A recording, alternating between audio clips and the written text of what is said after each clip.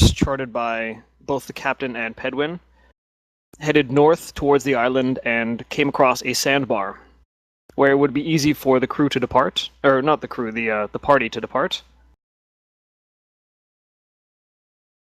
They did so with some unease, and the promise that Dunwood would return to this spot 2 days from now. At that point, the assembled party, including Holg, took off from the ship, and along the coast you stopped off and found signs of a camp, a struggle, a battle, and a well-concealed message that Holg could read, and only Holg, nobody else could see it, telling him to find whoever wrote this message down the road. The party chose to go south and followed the course of the road towards a village, which is indicated on the map here. And now that I actually took the time to upload the fucking map,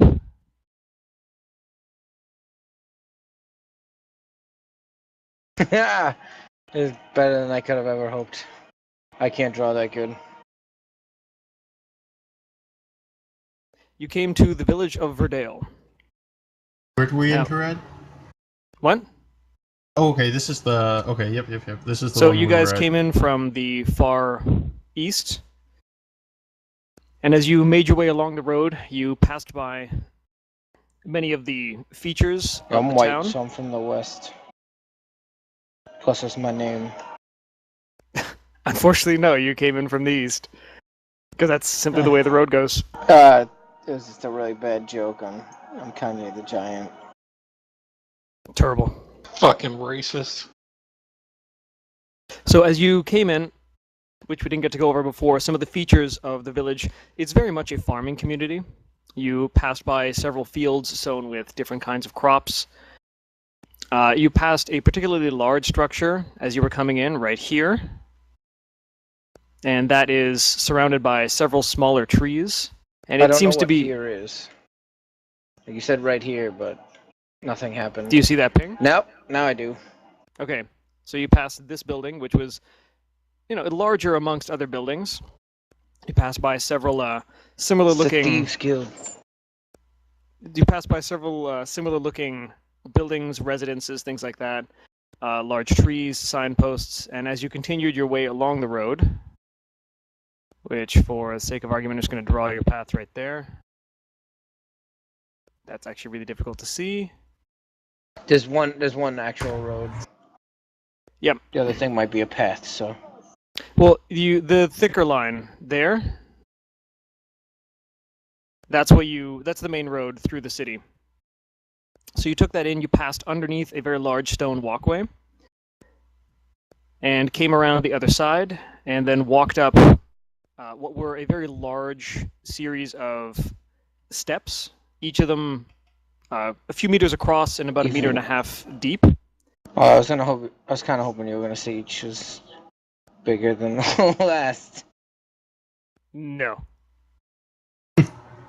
The purpose of these steps clearly to conduct not only foot traffic but also animal traffic, and it's designed to accommodate many people. As you came up these stairs here, you passed by what is the tavern, which is the sign on the front. It has a pair of drunken pigs, and one of them was wearing a top hat, and one of them was wearing a bonnet, and it's called the Boar and Sow. How did we know they're drunk? They're holding mugs of ale, and they've got bubbles around their head, and they look very, very happy. Clearly, these are some drunken pigs. Dude, the fact that you answer these questions so easily makes my day. I've thought about it. It's like, I gotta be prepared for the stupid ass shit Spider's gonna ask. Well, it all goes into what I've thought of for this city. Anyway, so you walked past the tavern. Immediately to the south of that, in this area here, is a large marketplace. The whole area you're on right now is raised up above the path by about 3 or 4 meters. It's a natural rock elevation, so it seems like amongst just kind of the regular muddy earth, This area is on a raised rock plateau. And it's a combination of naturally formed and shaped by human hands. As you were there, you stopped off at the smithy, that is run by a dwarf named Mobby, and that is right here. And you also stopped off at the general goods store here, who was run by his half-brother Bull,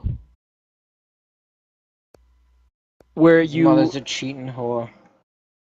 where you got Or your his dad. first what? Said his mother's a cheating whore, or his dad. One of the two. It's the half brother, right? Sorry, not half-brother, brother-in-law. That's what I meant to say. Brother-in-law. Okay. There's a big difference there. There's a huge difference there, yes. Like a big difference there. One of those you can legally have sex with. The other one you cannot. Well, Mobby finds his brother-in-law What the Like really that's annoying. a huge difference. Like a huge difference. Yes, we got it. We got it, John. It's a And we have huge clarified. difference. So in talking to Mobby, you learned a couple of things. You learned that the man with one boot, who you happen to know is Burnley, was spotted in town. You also learned that... Is he the asshole guy? Yes. Burnley is Wait, the guy no. you're chasing. Wait, I missed some story. So I gotta back this up. Burnley was the captain, right? Or the guy that owned the boat? Burnley was the navigator, Okay, Who- okay, Burnley was the navigator. Good. who So he manipulated was the crew and asshole. captain to come to this location. I In thought his he quarters, got like sent off on a boat, knocked out because Joe got all mad at him. Joe did put him to sleep, and in an attempt to retrieve his axe, actually retrieved a boot and a very old piece of parchment that had a strange poem, for lack of a better word, on it. From Mobby, you also learned that he doesn't have a lot of business because there hasn't been a lot of materials coming in lately. When you went to go see Bull, maybe. When you went to go see Bull, you found out that he has, in fact, encountered Burnley. He sold him a pair of boots. And Burnley then proceeded to ask him questions about the town, wanted to know where the temple was, figures of prominence, things like that, which Bull was all too happy to entertain this customer.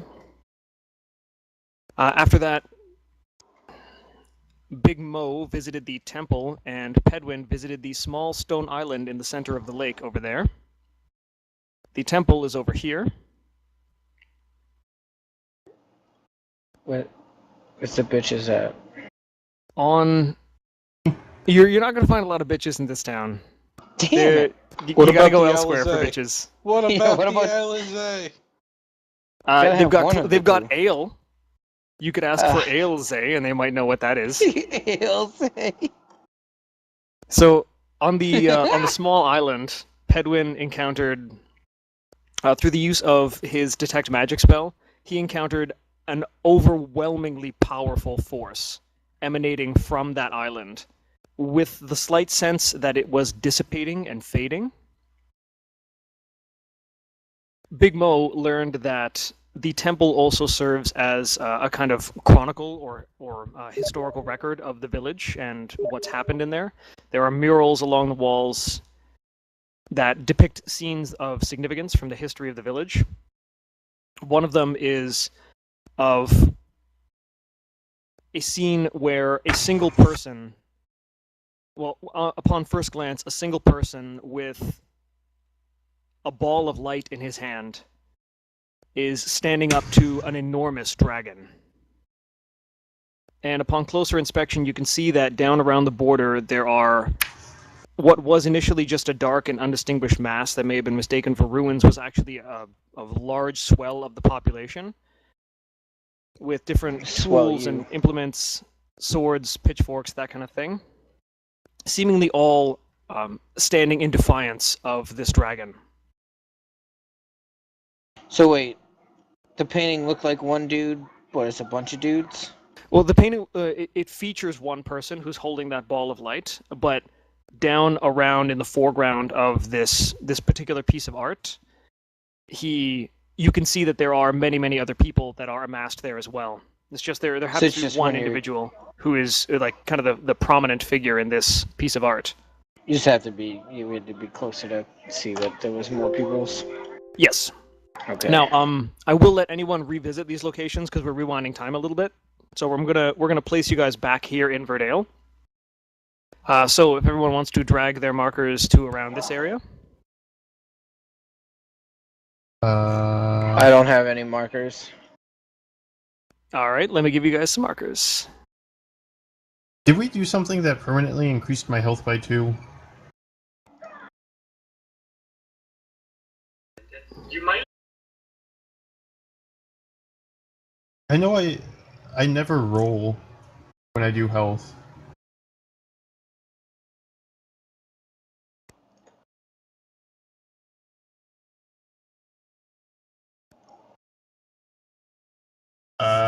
Well, I had 27.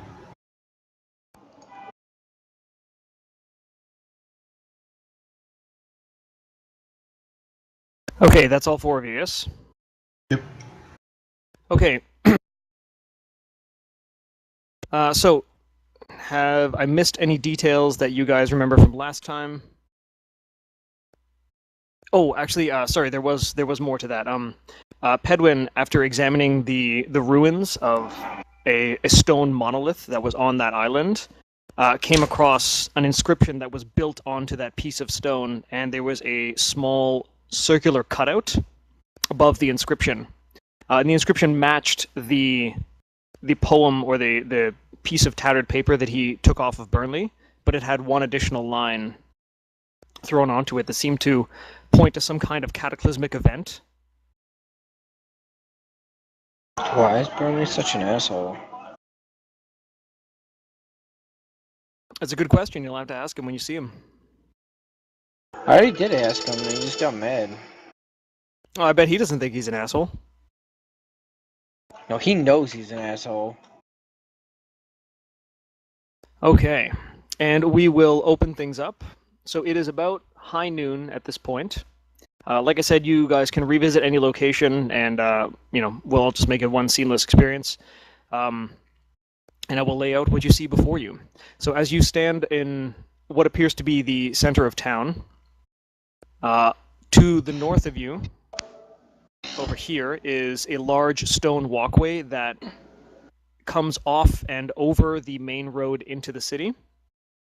So the road actually passes underneath this stone prominence. The stonework itself is very well done. Yes, that's it. And from there, you actually get to look out upon the entirety of the lake. And when you do, you can see some of the other features around the lake itself. So you can see that the shoreline is not sandy, it's more rocky, and there's a slight depression to the whole thing. Over to the northeast is what appears to be a small boathouse with a couple of docks. Across the island, across the lake, you can begin to see some of the shore on the north and the western halves, which you see come up to swells in the land. Just give me a second.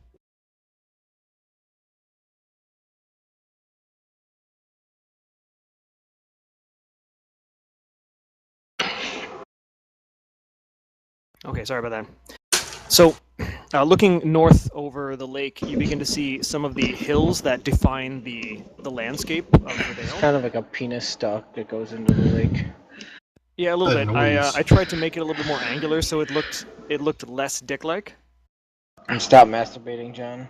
I'm not. I'm laying down on my bed so I don't have to have a push to talk. There you go. So what you notice about the landscape of Verdale... I'm so tired right now. I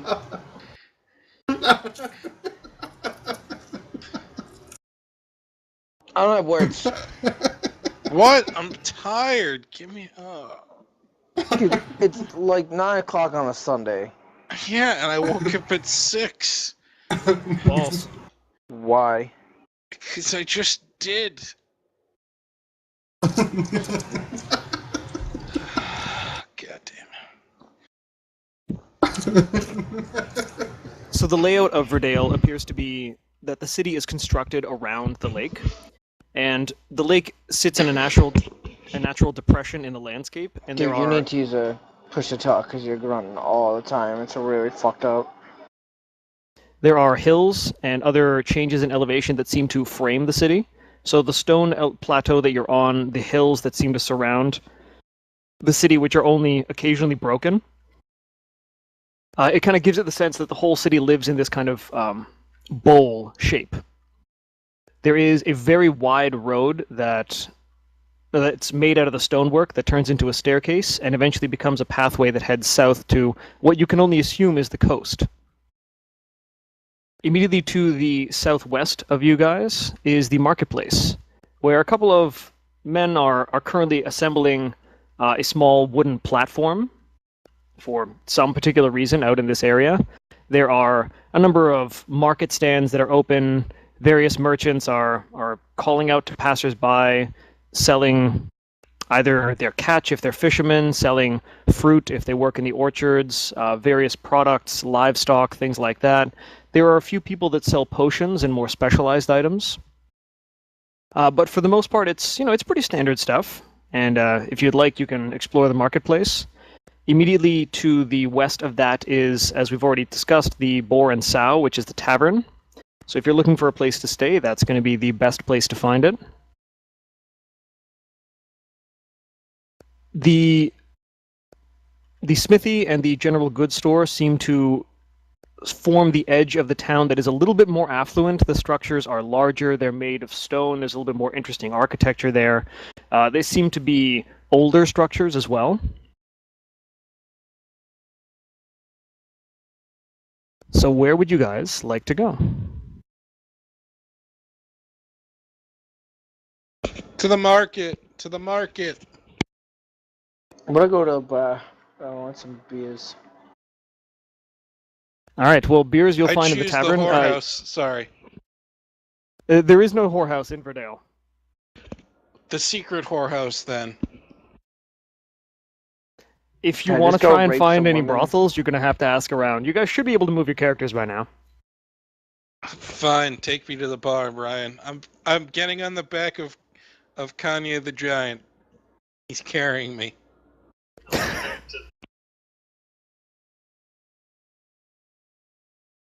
Am I able to follow Joe? You are going to have to swim out there, or you could hire one of the boats. Can I swim? I don't know where the bar is. I take it I'm able to swim. The bar is over here, and yes, you are able to swim. For the time being, I'm not going to make you make an athletics check. Do you have an inside of the bar? I do not have an inside of the bar, sorry. But as you are walking into the tavern, Holg actually is just a little bit a step ahead of you, and he gets into the bar first. Okay. He immediately orders a drink, pounds the entire thing down, and then orders another one. I can draw the inside of the bar or the tavern for you. Okay. That's the door. I cannot see what Steve-O is drawing.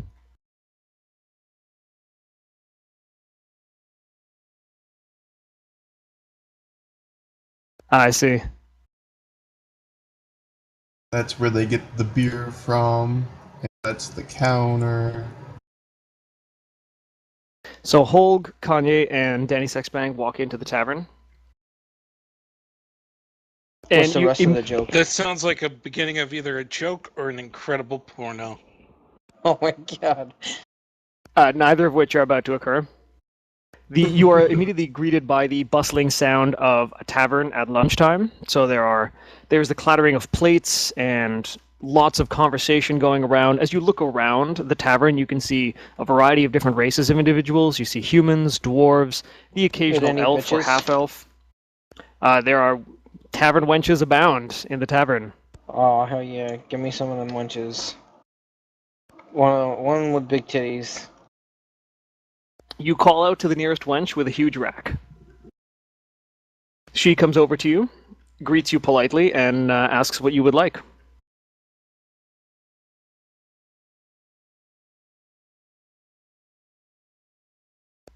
Bitches in LSA. Kanye the Giant's mixtape. Yep. She looks confusedly at that response, and Hulk I didn't cuts actually in. hear what you said. Oh, you didn't hear what I said? I just let John yell stuff. I said she comes over and asks what you want. And John said bitches and Alizé. And she Oh, looks yeah. very confused at that. Kanye the Giant's mixtape. She looks confusedly at Danny, and then says, "The Houndmaster lives in a different part of the town." I ain't about that life. Hulk cuts in and orders his third drink of the noon hour in the last 10 minutes. She's a little taken aback at the very large half-orc that's just requested this, but he pays her up front, so she disappears for a moment to return only a few minutes later with some ale. And she's assuming you guys want some food, so she's brought some food out. What kind of food did she bring? It's pretty standard stuff. There's some bread and cheese. The pen that you guys passed by contains some pigs. It's actually just outside the tavern, so She there are wants some bacon? slices of pork. I want bacon. There is a Throw little that piece. pork There's a chop in little his piece of fucking bacon face. tucked in and amongst the potatoes. And other than that, it's a pretty hearty meal, and the three of you sit down and begin to eat. Over the course of this, Hulk manages to catch a lot of people that are staring at him. Danny Sexbang asks if this is kosher. Oh, this is not his pork. Again, the waitress looks very confused and says, "Kosher?"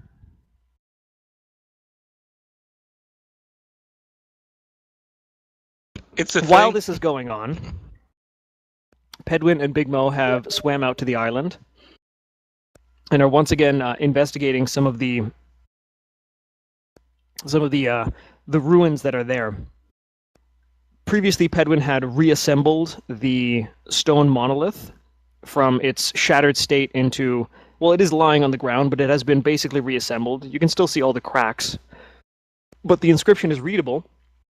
And again, there is that large circular cutout just above the inscription itself. What would you two like to do? Can we tell what language it's in? Oh, did you? Pedwin used comprehend language spells, and he was able to read the language. However, that does not tell you what language it is. But you were able to determine that it is the same language that the book that you picked up out of Burnley's cabin. It is the same language as that. You can recognize some of the characters. Can I attempt to recognize it? Make an intelligence check. Assuming it's not common or elvish. It is not common or elvish. Oh, wait, that's not a check. Oops. No. You notice that there's lots of swirly parts. Ooh. The inscription is very nice. But it does not help you to glean any information as to what language this might be. And there's nothing else around. There's just this monolith. There is just the ruins of the monolith, which it seems like it was quite recently destroyed. Or I should say recently broken. The platform that you are on is very, very finely made stonework. There is no mortar. All the pieces are just very tightly fit together. So much so that no Impressive. plant life grows up in between the cracks of the stones. It is very, very well made. Uh, As you look around about you, you happen to see a couple of boats passing by that seem to be ferrying passengers across various lines along the lake. Where are the boats coming from? They've originated from the boathouse over here in the northeast, but there seems to be just 2 or 3 people that are just constantly working the boats that are ferrying people from one end of the lake to the other. It seems to be a more convenient way to get around or to get across instead of walking around if you don't want to, and it comes at a modest fee. Right. So can I turn to Joe's whatever his name is? Can I Pedwin. turn to Pedwin, point to the boathouse, and say we should ask questions there? Can I I asked you a question, HPG. Yes. What kind of magic did they use to cut these stones that plants didn't grow in between them without mortar? Because that shit, mortar doesn't even prevent plants from growing in between stones. I Um, believe Jeff Goldblum said it best in Jurassic Park when he said, "Life finds a way." And life would normally find a way, but the island that they are on, it is a small rock prominence that comes up out of the surface of the water, and no plant life itself was growing on that rock prominence. So when they laid the okay. stonework out, there was no plant to grow up from beneath it. Also, it's not that it was cut with magic; it was just very, very finely masoned. Well, no. You can tell that these are some it was a expert joke, hands that 'cause, crafted like, these stones. Usually, like, if there's any plants around, like, stone, even with mortar, it will grow through the mortar. Yep, it will. But in this case, there were no plants below it to grow, and even so, it is very, very, very well-made rock. Ancient that it fits aliens. together tightly. Well, think more like ancient Inca. No, there's actually, like, there's, like, a super good example of it. And it's from, like, before the Inca, but, like, everyone's agreed that to build it the way they would have had to have had a written language, and they didn't. But it, like, literally fits, like, perfectly. They're like stones I that look believe like you. H's. Let me see if I can find it. So, in the meantime, Big Mo has hailed one of the boats that happens to be passing by that is currently empty. It's come up more out of curiosity. Most people don't swim up to the island.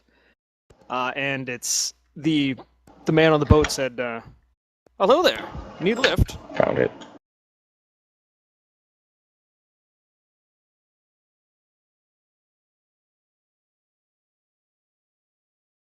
Depends. I see a lot of people pass through here. Who are you looking for?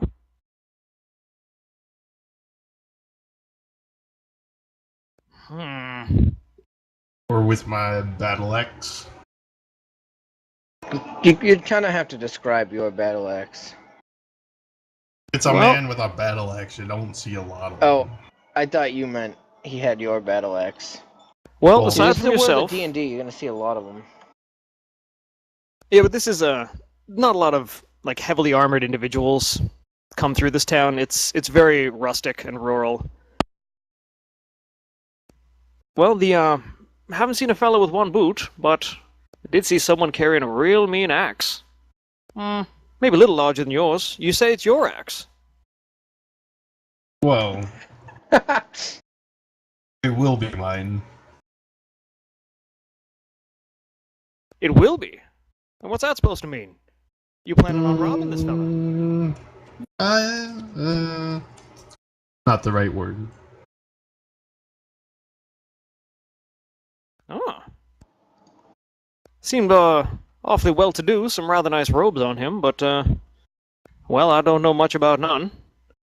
Anyway, you two swam out here. You need a lift back. Well, I don't trust All right, this then. guy. I say we kill him and take his money.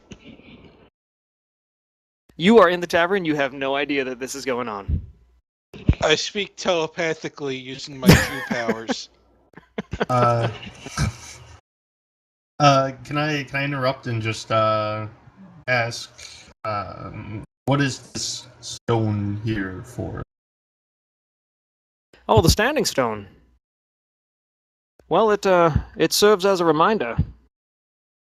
In all honesty, it's been there for most of my life. Couldn't tell you too much about it. It more turns into part of the background. I suppose you'd have to talk to Jorel up in the temple. He's the local historian. Something the matter, little guy? I don't Well, all think right you then. met him though, Joe. He stops and thinks to himself and kind of scratches his chin a little bit. You can see some of the wispier white hairs. This guy's in about his... he's getting on in his years. He's about 45, 50. He stops and thinks, well, I suppose you could ask Joseph. He helps us haul the boats in and out at evening time. He'd just be over there in the boathouse.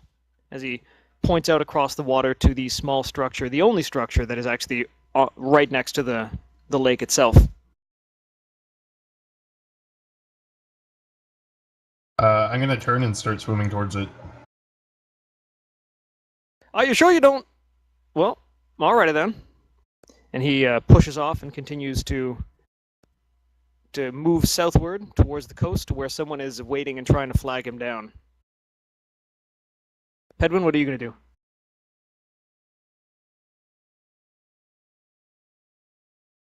All right, Pedwin and Big Mo start swimming out towards the boathouse.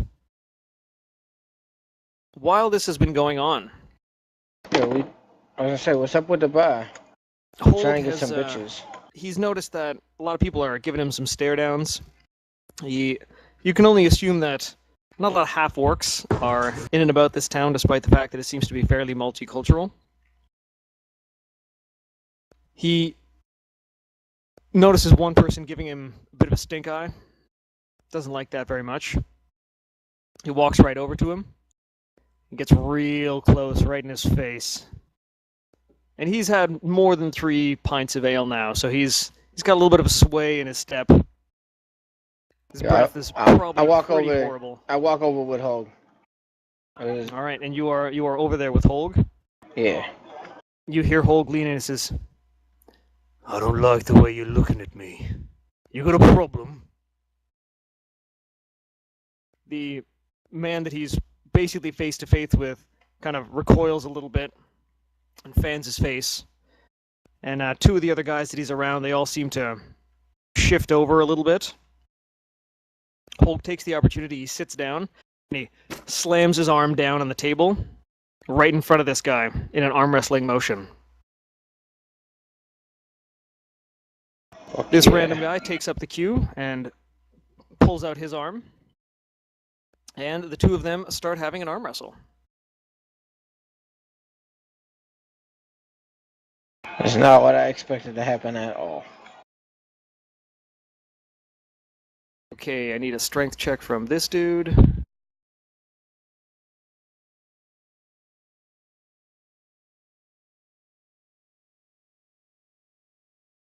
Oh, that is just an abysmal strength check. Let's see what Holg gets. It didn't even show up for me.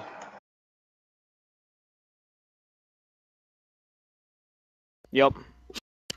So there is very little contest here. Holg just slams this guy's arm down. Yeah. And in victory, Holg raises both arms. And he says, "This is my table now." And that guy just kind of defeated, he gets up and his 2 friends, and they all just shuffle out, giving you guys sideways glances.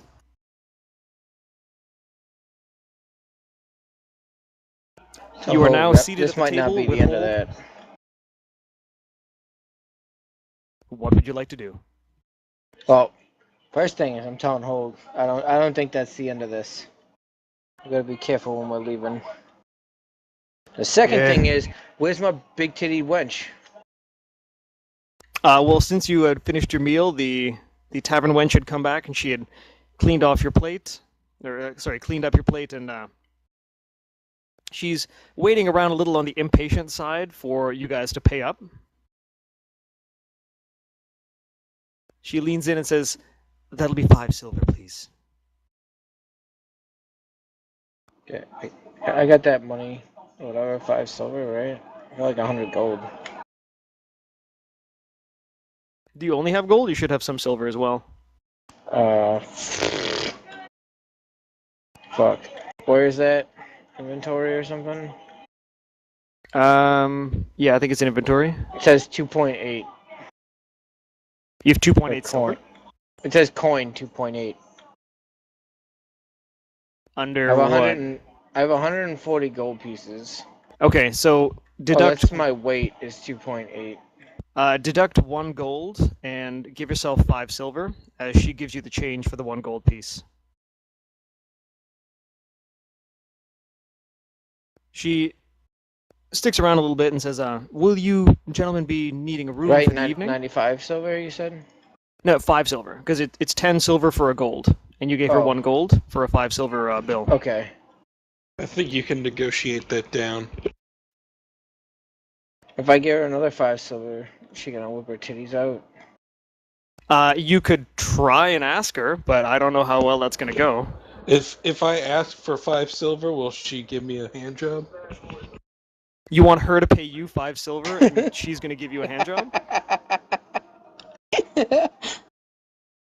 So as I'm paying her, right? How about I say, if I give you how much would it cost for your top to come off? Something along that lines, but I'm mad smooth about it. Make a persuasion roll. Okay. And how do I do that? You bring up your character sheet, Yep. and there should. Okay, you see the 6 boxes. Persuasion. Yep. Yes. So just click the blue down, button actually. beside persuasion. She slaps you. Oh well, then she doesn't get 5 silver. It's her own problem. She turns on a heel and walks away. Whatever. Where's the other bitches at? Persuasion roll's gonna come through some point. The proprietor of the tavern, a particularly large and fairly burly dwarf, pretty prominent reddy brown beard, comes over and says, I saw that. What's going on here? You gents need accommodations for the festival tomorrow. You've paid your bill for your tab. Now either leave or get something else.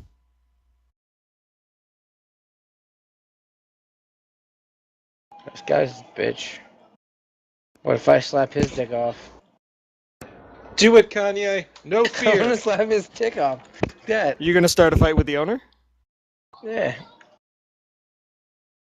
I don't give a shit.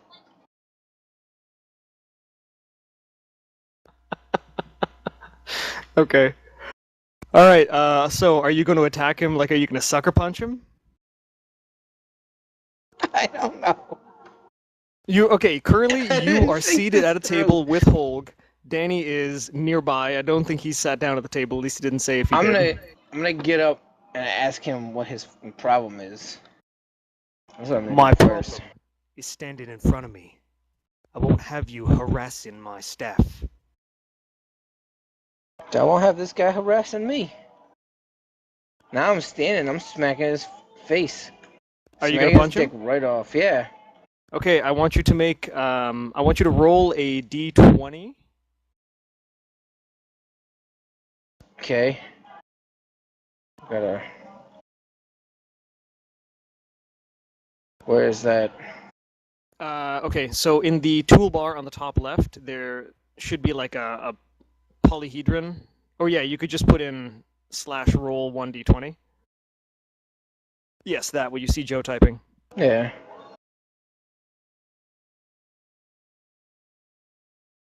Okay, and what is your... Actually, wait, let's see. What's this guy's AC?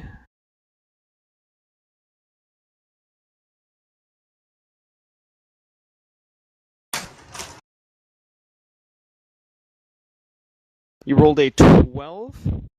Yeah. Okay, so without waiting for any more of the conversation, you swing, but he is a dwarf, and he ducks just out of the way in time, and it catches air right over this guy's head. Oh, bitch. He is now going to attack you.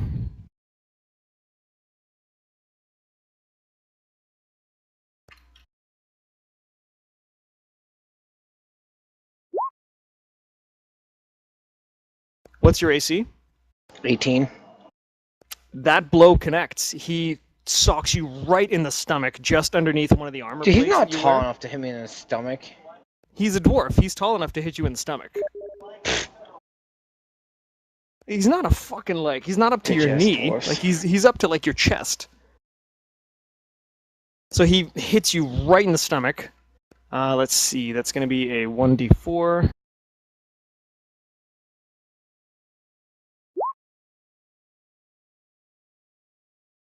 And he does 1 point of damage to you.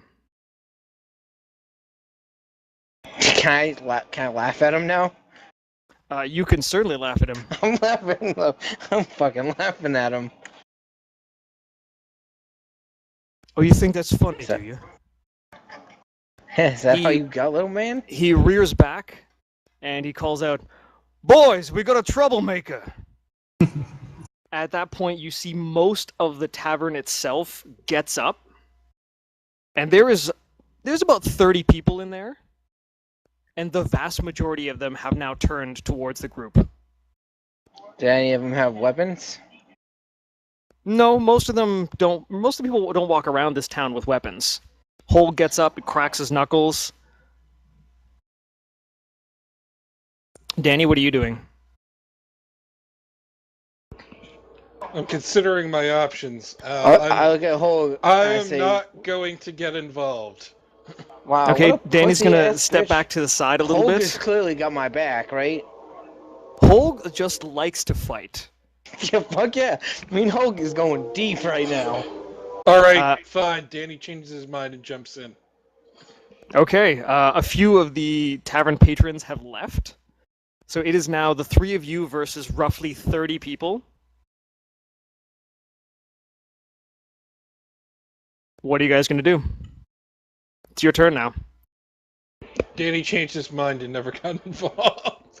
What a pussy. I'm kidding. Danny uses his power of performance to calm the crowd. Fuck that. Okay, make a performance check, please. Oh, I have to check. God. Yeah, you do. If I was a real bastard, I would make you do it at disadvantage. I'm not disadvantaged. You kind of are. We just pissed off an entire bar. Performance. By we, I mean me. Oh, wow. Holy shit. All right, so Danny whips out his loot. He jumps up onto one of the tables, Your loot is magical. It's worked like every time. and he begins to strum out and sing a very soothing and sonorous melody. It bounces off the walls, and everybody seems to just get a little bit more calm. And you see a number of the individuals who got up before to stand up in defense of the owner of the tavern. A few of them sit down, and it is around this time that three individuals burst in through the front door. These guys do have armor and arms on them, and they all seem to have the same kind of symbol slung over one shoulder, and they are looking around to see what is going on. What do you guys do?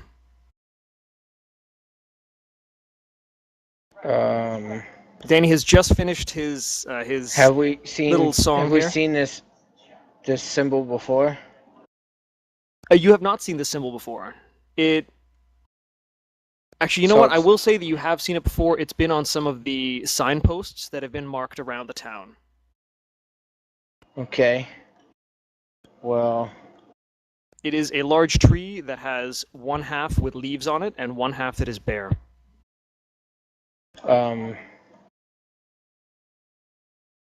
how about I order them a round of drinks? Are you going to order everyone a round of drinks? No, those gads that just walked in. Not everyone. I'm not buying everyone a round of drinks. That would certainly smooth things over. But you're going to offer to buy the town guards Guards. some drinks? Yeah. So the guards come in and they look around. Yeah, I kind of figured bewildered. out they were town guards by the symbol thing being seen before. They come in on the last note of Danny's song, which is just this nice this high note. He takes the power stance with his lute. He's up on one table, and this is the Fucking scene does that a knee slide across the table. I'd have to have him make an acrobatics check for that one. Do it, John. JD, do you want to do an acrobatics check to see if you can pull off a power slide? I don't know what his acrobatics is at all.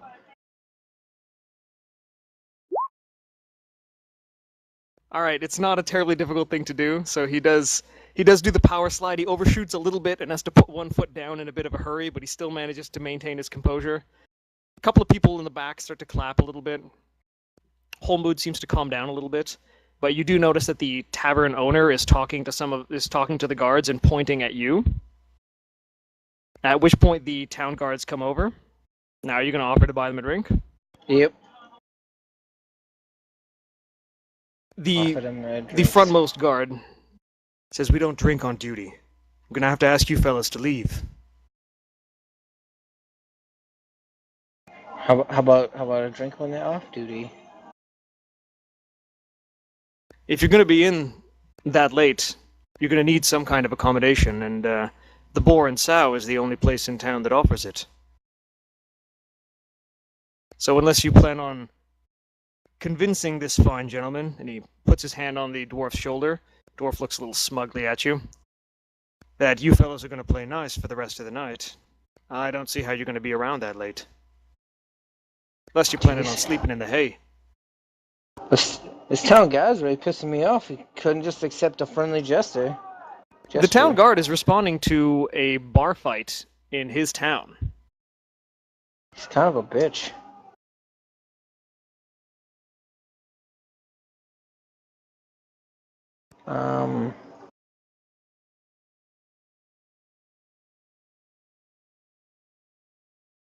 Well, how heavily armored are these dudes?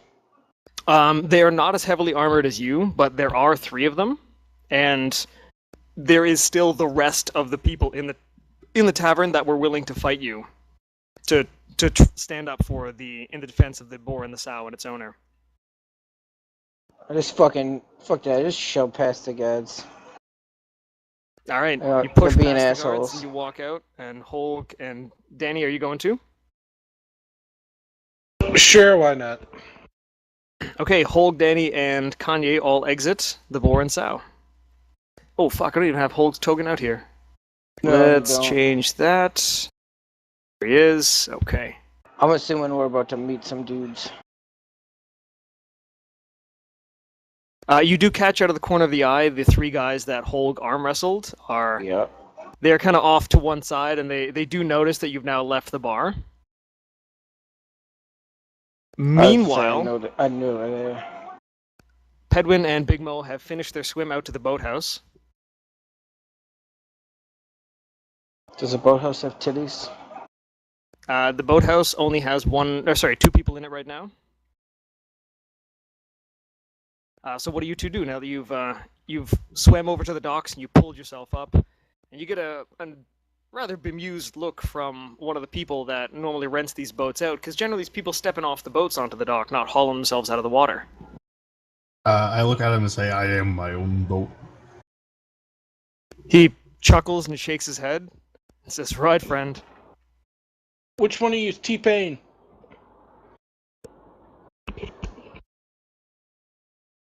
Oh, because they're on a boat. I get it. I was wondering when you were gonna get that. Well, technically they're on a dock, so...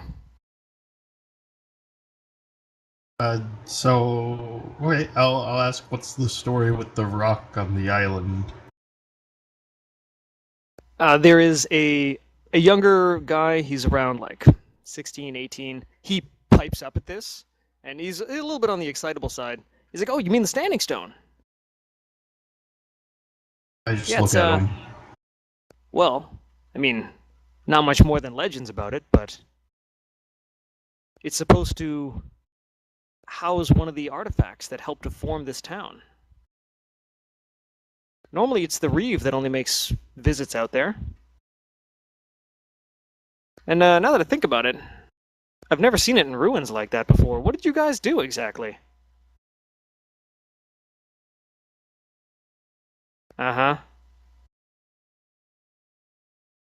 He looks down at you This as town sucks. you've piped up with that. Dude, you walked into the bar and picked a fight.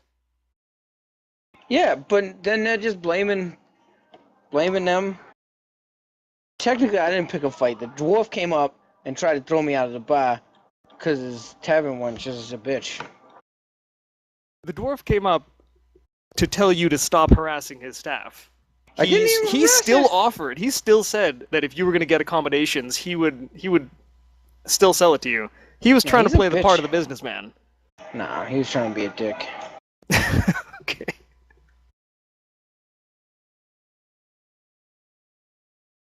Oh, I'm sorry. I'm an asshole. He so the younger kid that Joe and that Big Mo and Pedwin are chatting to, he says, "Well, I mean, you're going to see plenty of people on that island tomorrow for the festival, but normally the Reeve will show up and he'll have the orb with him, and that's something to see." Herb? Yeah, the orb. Didn't you see the cutout in the stone? I mean, normally it's filled in, but I guess the Reeve just took the orb with him. I mean, I suppose it's his prerogative.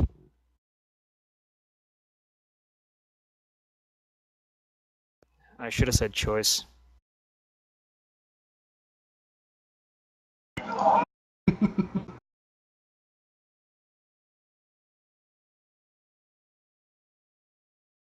Okay, you start backing away from the kid. What's the orb do? Well, I mean, I've only really seen it light up on Founding Festival Day, but I happen to know that, the Reeve's the only one who's allowed to hold it, and it's more symbolic nowadays than anything else. But, I suspect that there's something more to it than that.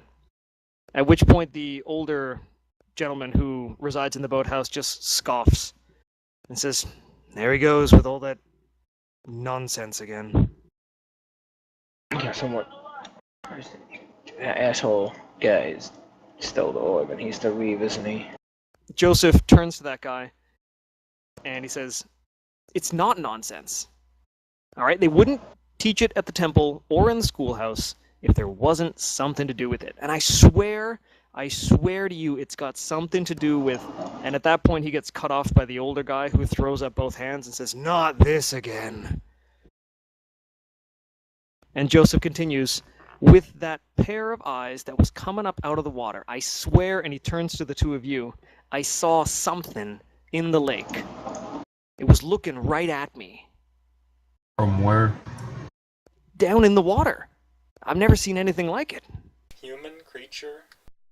I couldn't really tell. It was near dusk. I couldn't see all that well, but I definitely saw some eyes, and, Are well, they shining?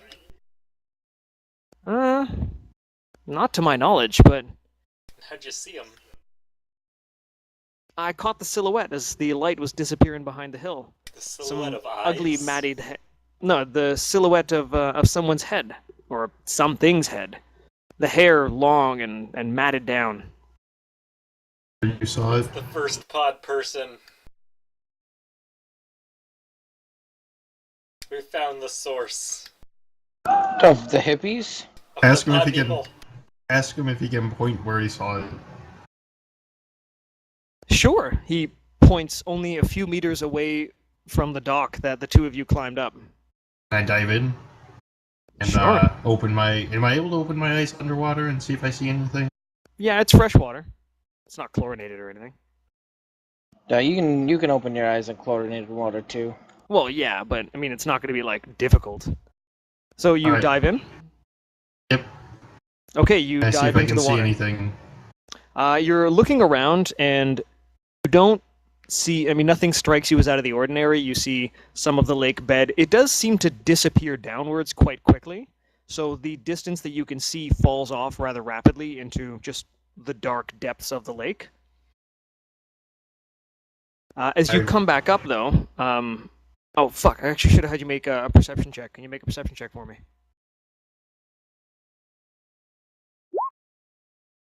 Whoop.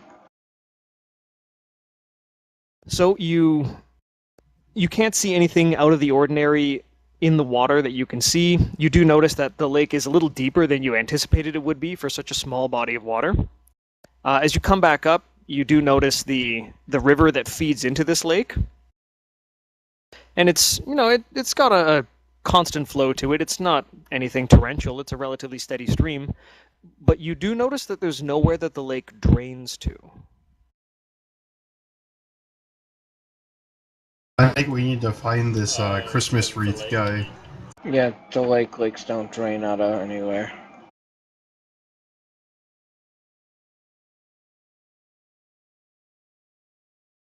But they're typically a lot bigger, though. It's a pond then.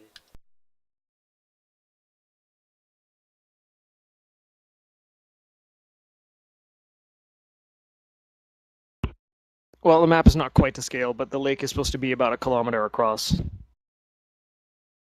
It's not the scale. Pretty What kind fucking of big. Benjamin Button shit is this? Wait, so who's I this don't Christmas? understand how that's Benjamin Button. Who's this Christmas wreath guy? Do we know him? Christmas wreath guy? What?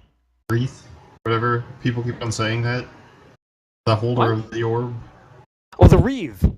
Wreath. Wreath. Wreath. I thought you were saying wreath. I bet you it's fucking jerkface. That's what I said.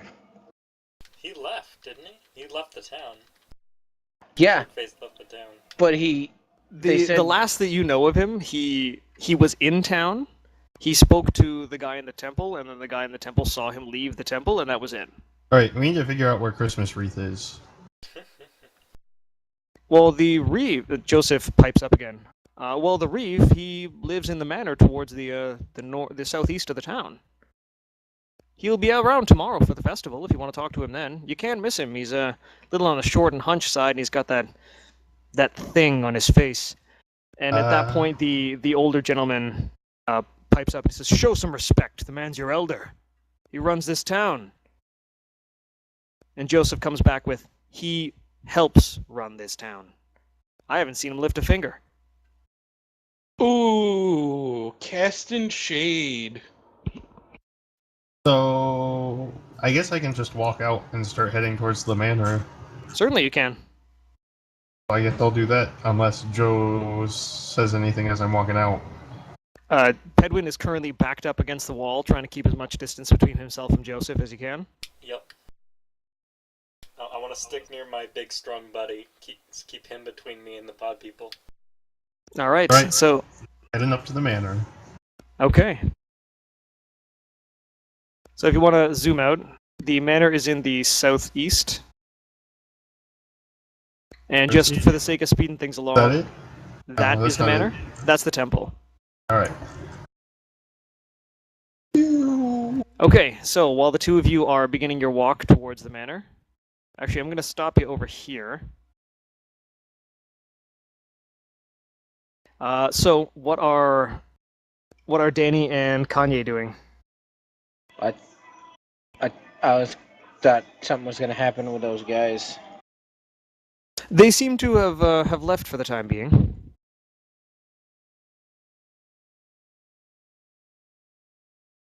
Okay. So you find yourself standing outside the Boar and Sow,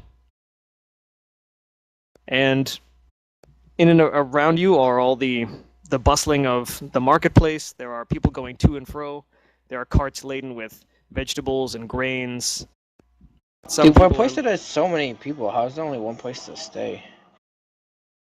most Because of the they people all that, have houses. yeah, most of the people that are here live here. You do notice a group of people congregating around the well in the marketplace. The wells themselves are seemingly quite large. They're made of, again, very fine stonework, not quite as nice as the little parapet that comes out looking over the lake, and definitely not as nice as the work on the stone island. But it's quite big, and Steve-O's cheating, he's playing Clicker Heroes as well. the trough that comes up out of the well is large enough that there would be enough water for many people. And it kind of pours out into this large track, which feeds around and then eventually pours back down into the well.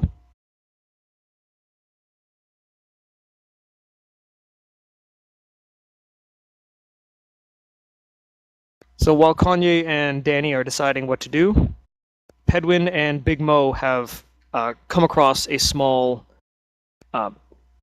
feature in the landscape of Verdale. The stone platform that you are about to walk onto as you round the corner. First off, there is a That looks bench. like a penis. There is a bench in front of you, and in a small triangular pedestal is a statue of a large tree. That It's- looks like a penis. It does not look like a penis. It is a tree that is half flush with foliage and half bare. The circular piece of stone that covers the ground in front of you has been carved to look like a log that's been cut, so it seems to have rings indicating age. There are also some benches and trees. There's a little bit of grass in this area as well. It's the first, bit of greenery that you've seen in the city that's at least featured on this elevated stone region. And standing there is someone who appears to be giving a lecture to about 15 or 20 individuals that are seated on the grass and on the benches around. I'll sit down and listen. Okay. Pedwin, what are you doing? All right, you're just kind of lurking within earshot? Okay. So the two of you start to tune into this little lecture. And it's from someone that you haven't seen yet. He appears to be in quite nice robes. He's got the pointed ears, indicative of a kind of elven origin. And he is in the middle That's of... profiling right there. He's in the middle of a discussion or a bit of a lecture about the role that the role that the citizens of Verdale have for each other.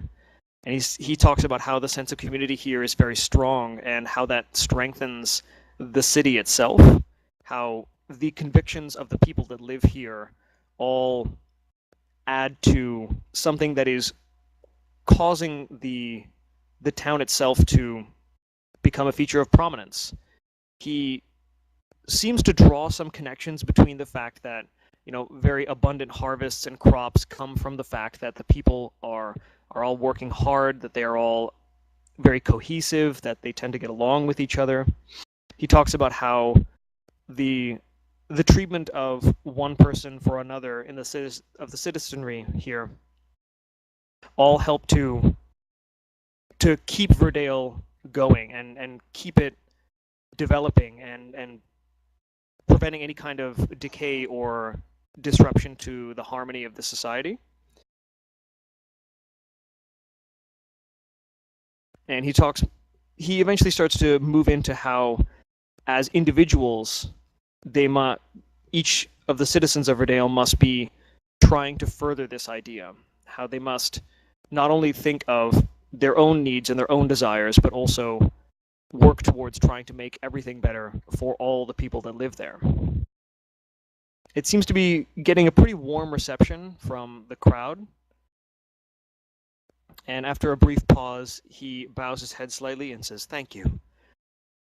And then turns to pick up some water that he's had nearby that he takes a sip from. There are also a couple of the town guards nearby that happen to just be kind of, one's resting against one of the nearby buildings, they're resting against the nearby wall of the temple, and the other is standing at the back near the rock wall, in and amongst the crowd. You two can choose to keep going now if you'd like, and head towards the Reeves Manor. Gonna keep going. Okay. What a hippie. So the Reeves Manor is down here. Alright, so Kanye and Danny, have you guys decided what, if anything, you guys are doing at this point? I want to go check out what's up with that well. You want to go what? Check out what's up with that well. Okay, you head over to the well. Danny, are you going with him? Sure, why not? There might be coins down there I can take. Okay. Holg chooses to wander off on his own a little bit.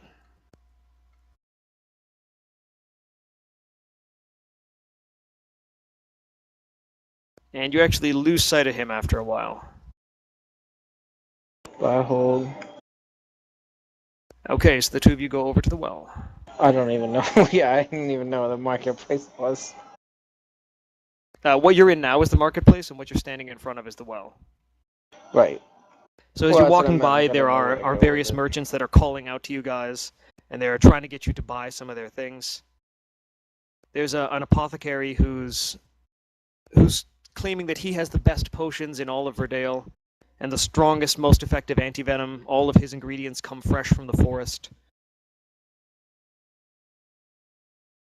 And the two of you just walk right by. And you head over to the well, and you see that there's a father and a son, and they seem to have a couple of buckets and an ox of theirs, and they're filling these up. And they're quite large buckets, and they're putting them on the yoke of the ox. and then they give a little pat on the butt, and it starts to wheel away. So you're standing before the well, and it's a very large stone construction. You can see past this down the rock wall.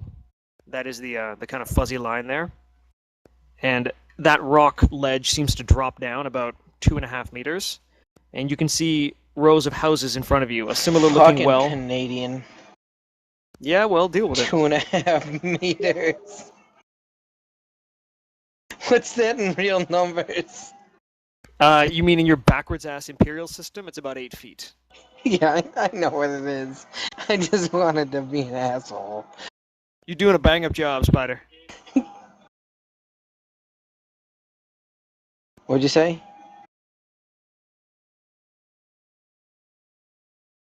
Yeah, they are. I also think I didn't even change the... Wait, did I change the units for meters here?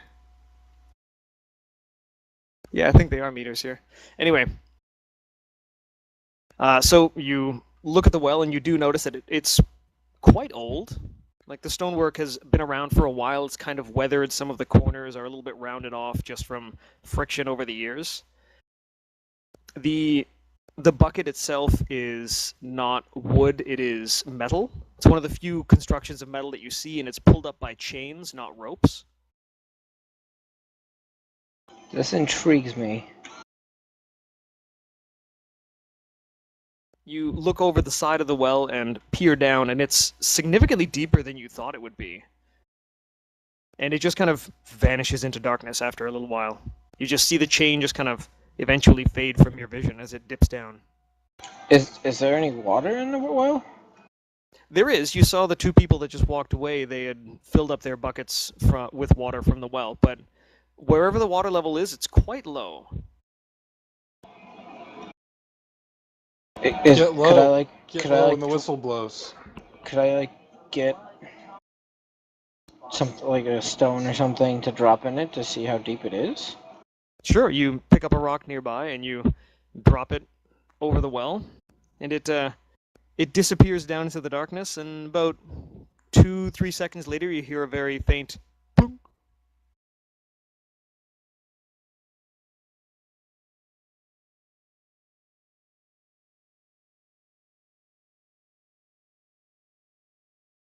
Jesus. Okay, that water's pretty far down. Yes, it is. Did you actually do the math for how far down it was HPG? Or did No, I just estimated. It's about like, I want to say, like 45 meters or something, since you're using meters. Plus, I don't remember the exact speed of gravity in feet. Well, let me think. Okay, it's about. It's 9.8 9.81 meters per second. It took about 2 Yeah. seconds to get down there. So no, it should be closer to like 18, 20 meters, maybe a little more. 9.8 meters per second. Well, yeah, but it took about 2 seconds. 1.5 ploops, yes. Anyway, it's fairly far down there. Because I thought you said like 3. I don't know. So are you guys going to do anything other than drop a rock into the well? Can I ask someone around town? Like, is there anyone like there that I could ask? Like, what's the deal with this well? Sure, there are some of the merchants nearby. I just want to know more about it. Yeah, that's pretty fucking deep to just. I want to know if we need to get low when the whistle blows. I had a feeling somebody was going to say that. Well, not that exact line, but a line like it. Okay, so what about when the volcano blows? you ask about the well itself to one of the nearby merchants, and he tells you that it's been around as long as the marketplace itself. The wells are amongst some of the older things in the city, and they've stood up to the test of the time.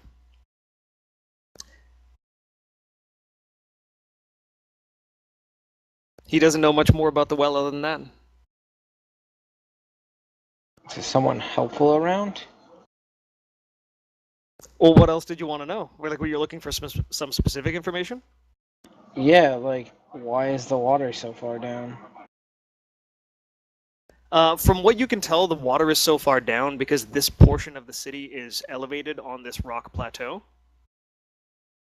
So because you are significantly higher than the water level of the lake, which you can assume is roughly in line with the water table in the ground, the well has to go pretty far down before it hits fresh water. You win this round.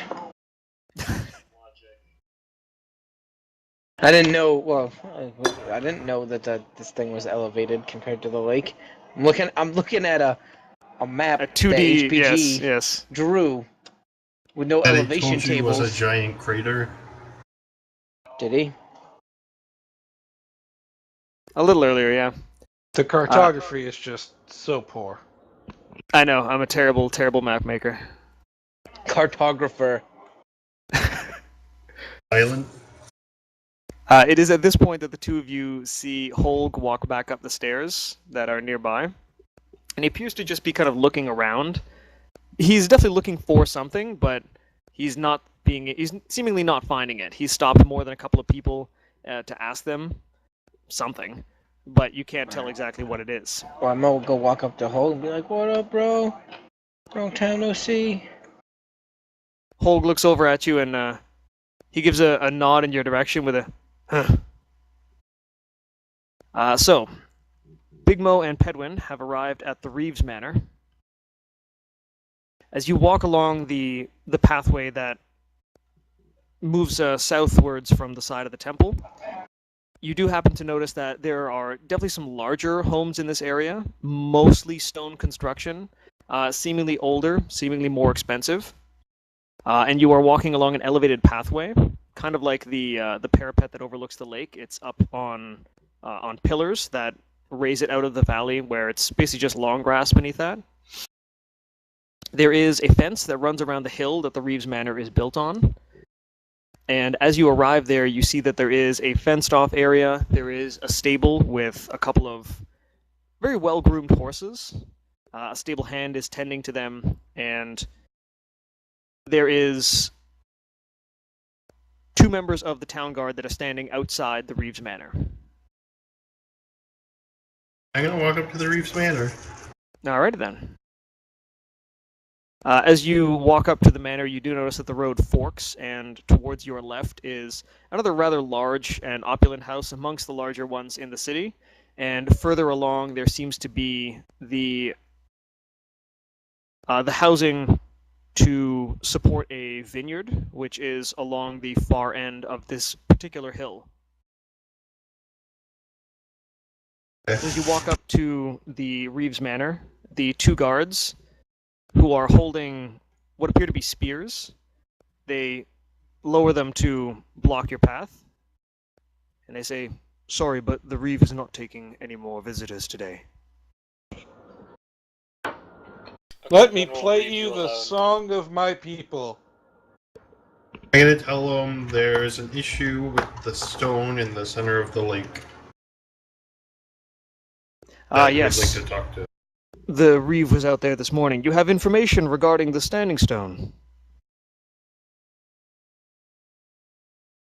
The 2 guards talk amongst themselves, and they look at you, they look at your axe, they look at Pedwin, they look back at each other, and one of them disappears into the manor. Stand there. Don't move. Staring at the other one.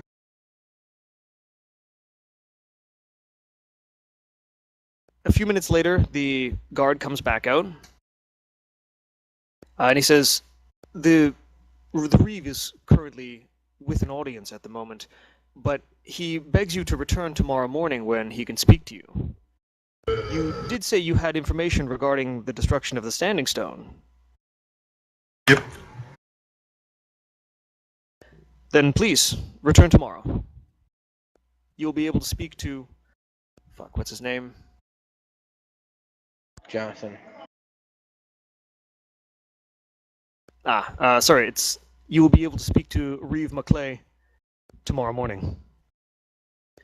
Here.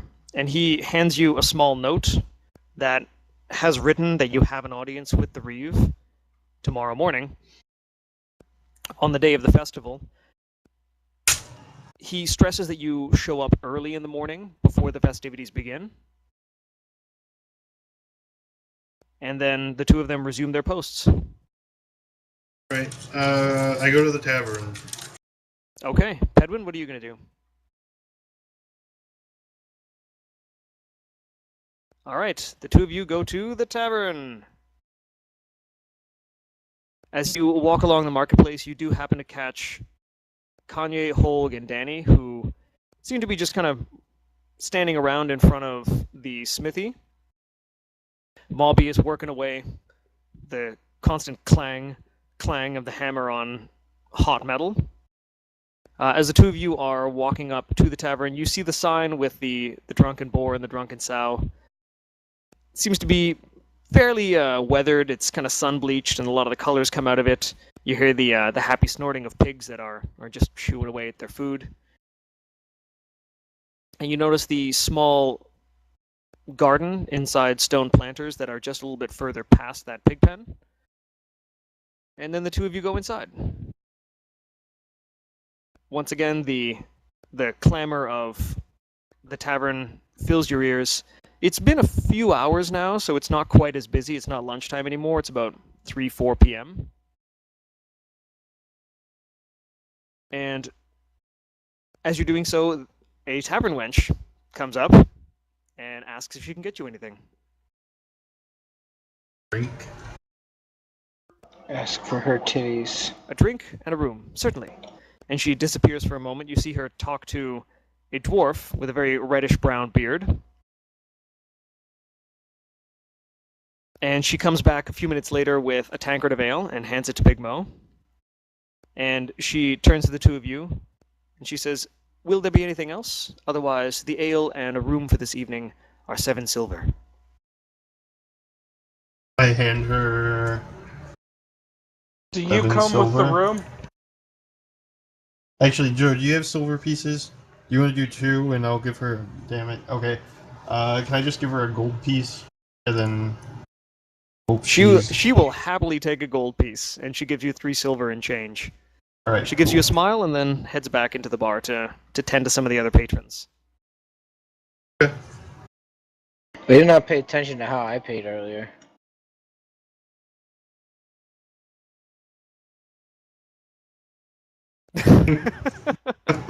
Okay, actually, crap, I should have asked this before, but you're getting a room for just yourself, you and Big Mo. How many people?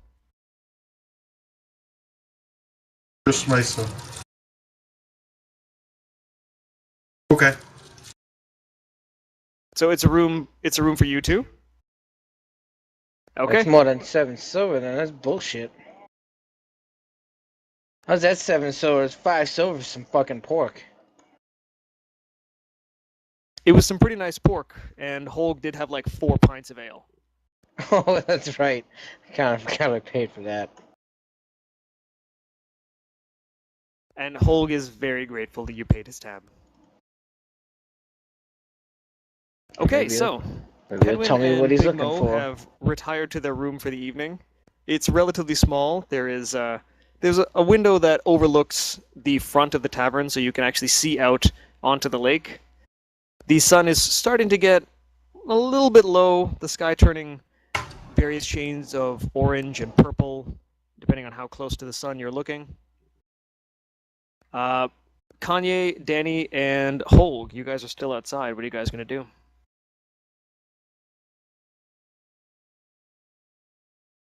Look for bitches. You're going to what? Look for bitches. You are going to look for bitches. Okay. Make a perception check. I don't need a perception check to perceive bitches. Bitches present themselves. In the immediate vicinity, you see no one that you would qualify with the term bitch. So you are going to have to do a little bit of a search. You do not see any bitches. This game has already failed to meet my expectations. You're in a How the giant wants to leave this town? What? The guy the giant wants to leave this town. Bitches or LSA. Well, You could choose to leave, but it is getting fairly late in the day. You probably wouldn't make it anywhere else for the time being. You could try getting a horse, but again, you probably wouldn't get anywhere before nightfall. And you also have 2 other members of your party that you've left here. What you do notice at the time is that no one has seen Faisal for quite some time. He seems to have just vanished. Caller's character, Faisal. Yeah, Oh well. we can go back to who. He's a bitch ass bitch. You going to where? Huh? I don't know. I was just Well- call her a bitch ass bitch. That's because Caller's a bitch ass bitch. Right. You guys could try and get accommodations at the Boar and Sow again, or you could try and find somewhere else to sleep.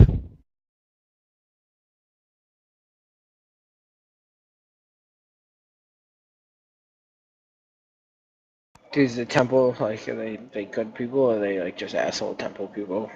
You may be able to get accommodations at the temple if you want to head down there.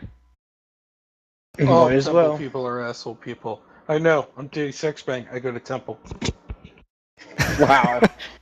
All right, so the 3 of you head towards the temple. Was Hulk coming with us too? Holg is going to come with you. Cool. He's basically come to the assumption that he's unlikely to get accommodations at the Boar and Sow tonight. Yeah, I'm probably not gonna either. So as the 3 of you kind of walk along, you notice that there are some rather nice buildings. One of them has some very tall hedges. You pass over the stone work that was spotted before by Pedwin and Big Mo. However, it is now empty. There are no people congregated there. You come to the temple, and the 3 of you knock on the door. The door is swung open by, he's definitely shorter than the lot of you. Definitely not as well built, but he's a very friendly face. And he says, "Oh, hello, visitors. Come in, please." What a nice guy. And as you guys walk inside, he kind of motions to an area near the door and clears his throat. And you do notice that there are some other shoes that are placed there, and there is one sword in a scabbard that is left leaning against the wall. Okay. I think probably take off my shoes and put my swords over there. All right, you remove your shoes and you put your weapons down there. Holg does the same thing. A little wary, but he does. He trusts in his unarmed combat skills enough that he's not too worried. Danny, what do you do? I take off my pants? No, I just take off my shoes and follow Kanya. All right, so you take off your shoes and weapons and you put them down by the door. But I take my loot. It is my strongest weapon. You can absolutely keep your loot. The temple keeper seems to have no problem with that. So he comes in, and as the 3 of you walk in, you take a look around, and you notice all the different murals that adorn the walls. They seem to be not all made by the same artists. There are different styles. Some of them are very... they emphasize a lot of usage of light and shadow. Some have very hard, straight lines and jagged angles. Others are much more smooth and almost splotchy. There are pillars that come up out of the ground, and adorning each of the faces of these hexagonal pillars is a shrine to a various god. So as you walk around, you happen to notice, you see shrines to Shantea, the goddess of agriculture. You see one for Gond, the god of craft. Danny, you spot there is one for Kelemvor, the god of the dead. It's carved out of very, very dark wood, and it features a hooded figure that is holding out his hand, one hand forward, and one hand is clasping his cloak together. And he stands very, very tall, and slightly stooped as if he is looking down upon the people that are worshipping him, or that would kneel in prayer there. Kanye, you notice at a different pillar there is a shrine to Tyr, and there stands his symbol, and above it is the upper half of a very, very built Norse-looking guy with a very large beard, a helmet, and he's carrying one axe in both hands, very close to the blade, and the hilt extends downwards. And just in front of the hilt is the symbol of Tyr. Okay. There are a few other gods that you don't recognize off the top of your head, but you might be able to if you take a closer look. And as you are led through the temple, Jorl turns to you and says, "I am Jorl. How may I be of assistance to you, gentlemen?"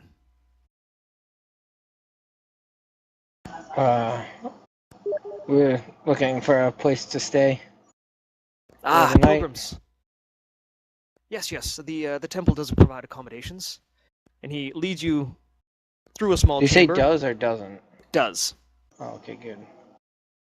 He leads you through a small chamber, and he swings wide a door, and there are a few cots in seemingly like a dormitory-style room where it's basically just, there's like bed and then a small little like chest of drawers and a bit of space, and then a bed and a chest of drawers and space and bed and chest of drawers. There's a few windows in the room as well that are starting to bleed through with orange light as the sun continues to set. And he says, "You may take your rest after this evening's procession." Or service, sorry, that's the word I wanted to use. This evening's service. We will be beginning in 45 minutes. And with that, he steps out, and he leaves the three of you in this room. So, I take a closer look at the other gods. You have to leave your dorm room to do that. You have to go back out into the main chamber. Oh, I thought we were out there. No, all the altars to the gods are featured in the main hall of the temple, and that's also where all those murals are. Mm-hmm. And you were led into a side chamber that features these beds. Oh, okay. So you're gonna go back out and take a look at some of the gods? Yeah. Okay. Danny, what are you gonna do? Take off my pants and rub one out. Okay. You should have said and jacket. Nah, I'll go outside and check out the things too. Okay. Holg just immediately lays back on one of the beds and starts snoring very loudly. So the two of you... The gods. Hmm? Said he's defying the gods. Holg does not seem to give a shit about the gods. No, he does not. That's who What a get killed by the badass. gods. So the two of you go back out into the main hall, and you see Jorl is tending to some of the people that are starting to filter into the temple.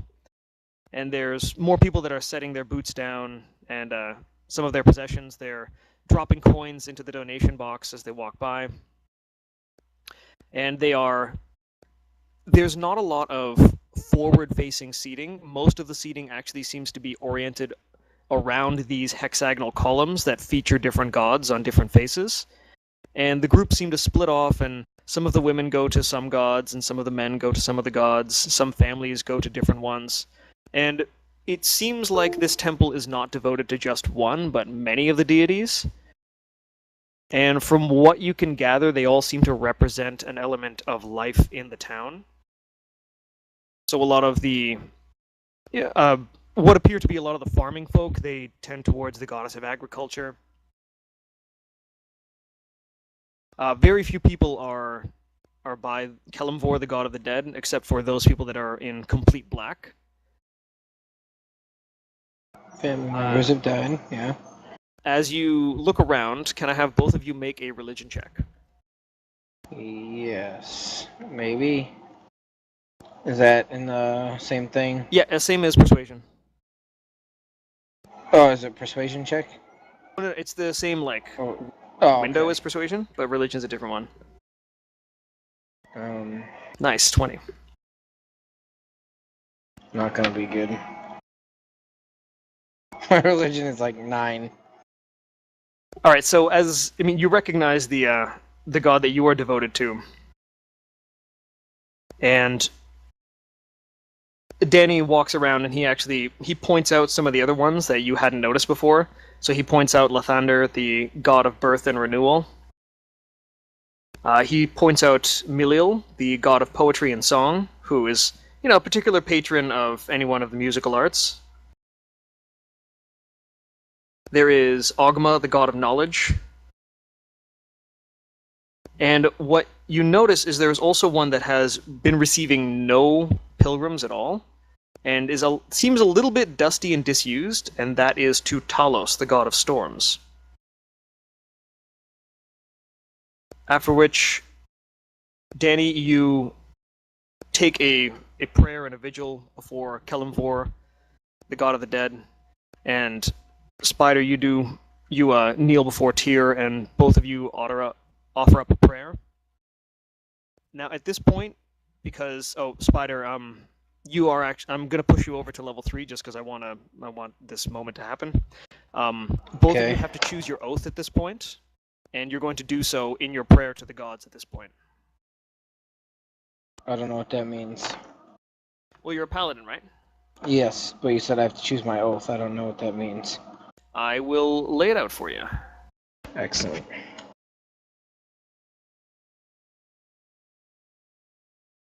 Dude, I don't have a custom skill of titty dropping.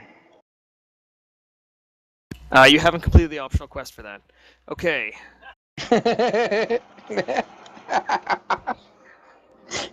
HPG, you are just Smooth. the best. Smooth. You were so ready for all of my bullshit questions. It's phenomenal.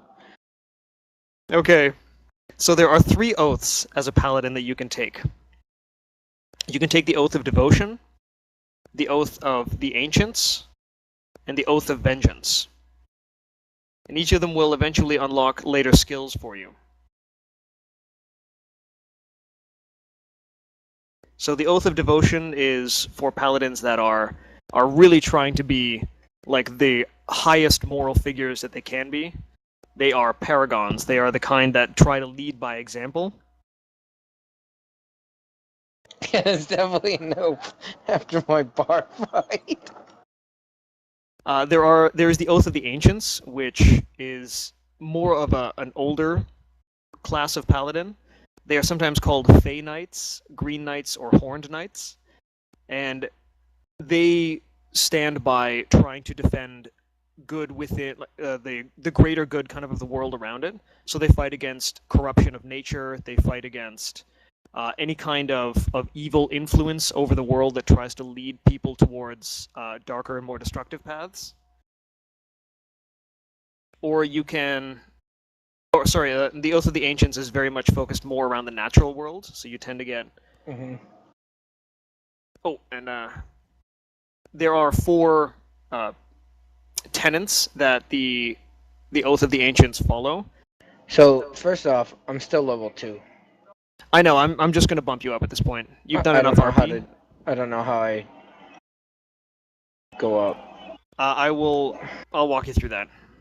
Well, I mean, like, I don't know how much XP I need. I'm at 850. You need 50 more.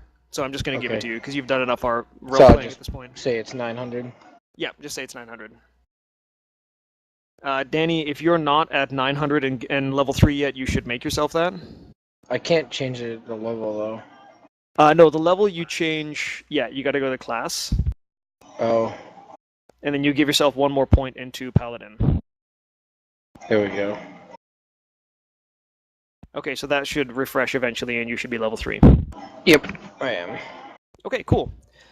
So, the Oath of the Ancients, like I said, very much about the natural world. Their tenets are Kindle the Light, which is through your acts of mercy, kindness, and forgiveness, kindle the light of hope in the world, beating back despair. Shelter the light, where there is good, beauty, love, and laughter in the world, stand against the wickedness that would swallow it. Where life flourishes, stand against the forces that would render it barren. Preserve your own light. Delight in song and laughter, in beauty and art. If you allow the light to die in your own heart, you can't preserve it in the world. And the last tenet is to be the light. Be a glorious beacon for all who live in despair. Let the light of your joy and courage shine forth in all your deeds. The last of the oaths is the Oath of Vengeance. And it is a commitment by the paladins that take it to punish those who have committed grievous sins. when evil forces slaughter helpless villagers, when an entire people turns against the will of the gods, when a thieves' guild grows too violent and powerful, or when a dragon rampages through the countryside, at times like these, paladins arise and swear an oath of vengeance to set right that which has gone wrong. To these paladins, sometimes called avengers or dark knights, their own purity is not as important as delivering justice. Can I take that one and still stop fights with bartenders? I don't know if that's a conflict. The oath Not of like vengeance. kill them, but it's, smack their dick off. Okay, well, the tenets of vengeance are to fight the greater evil, no mercy for the wicked, by any means necessary, and restitution. So it seems like, of all the oaths, the oath of vengeance is the least giving a fuck about what other people think of you. Yeah, it does. Okay. Good. Alright, so Kanye the Giant is going to swear the oath of vengeance before his god Tyr. And do I have to put that somewhere? You Like will sheep. eventually do that, yes, because when you turn to level 3, you unlock some abilities, but I'll take you through that a little later. Okay. But I've kind of been ignoring everyone else for this. Danny, what oath will you take? I'm gonna have to go with the vengeance as well, Bob. Alright, so both of these Dude, you paladins should have be the sworn an one oath about of the vengeance. light of yourself and singing and shit. Oh, I forgot about that one. Yeah, that one. The one with the Okay, singing. you're gonna take the oath of the ancients? Yeah, I'm just too awesome for the modern world. I belong to a super ancient religion. Ancient. Okay, Rocking So, out. swearing the oath of the ancients grants you Well, I access was gonna say to... Judaism, but that works too. Rocking out works. Okay. So, swearing an oath of the ancients, at your 3rd level you gain the spells Ensnaring Strike and Speak with Animals. Your channel divinity takes on the form of Nature's Wrath, which you can use to invoke primal forces to ensnare a foe. So as an action, you can cause spectral vines to spring up and reach for a creature within 10 feet of you that you can see. The creature must succeed on a strength or dexterity saving throw, its choice, or be restrained. While restrained by the vines, the creature repeats the saving throw at the end of each of its turns. On a success, it frees itself and the vines vanish. Your other channel divinity is Turn the Faithless. So you can use your channel divinity to utter ancient words that are painful for Fae and Fiends to hear. As an action, you present your holy symbol, and each Fae or Fiend within 30 feet of you that can hear you must make a wisdom saving throw. On a failed save, the creature is turned for 1 minute, or until it takes damage. Alright, as the Oath of Vengeance...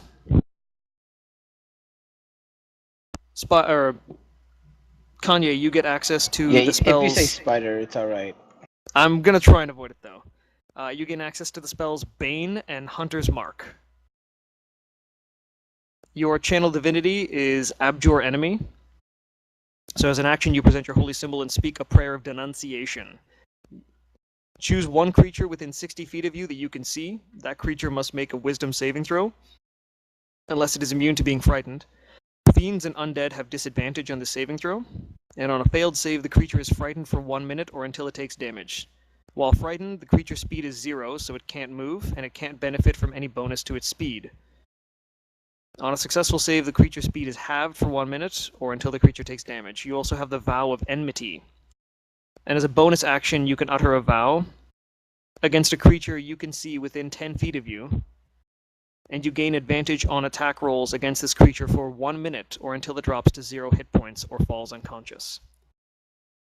So basically, you can pick one guy, and you can just make him your bitch for the rest of the battle. Or, sorry, for 1 minute.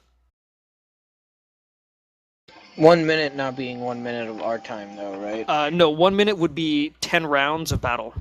Okay.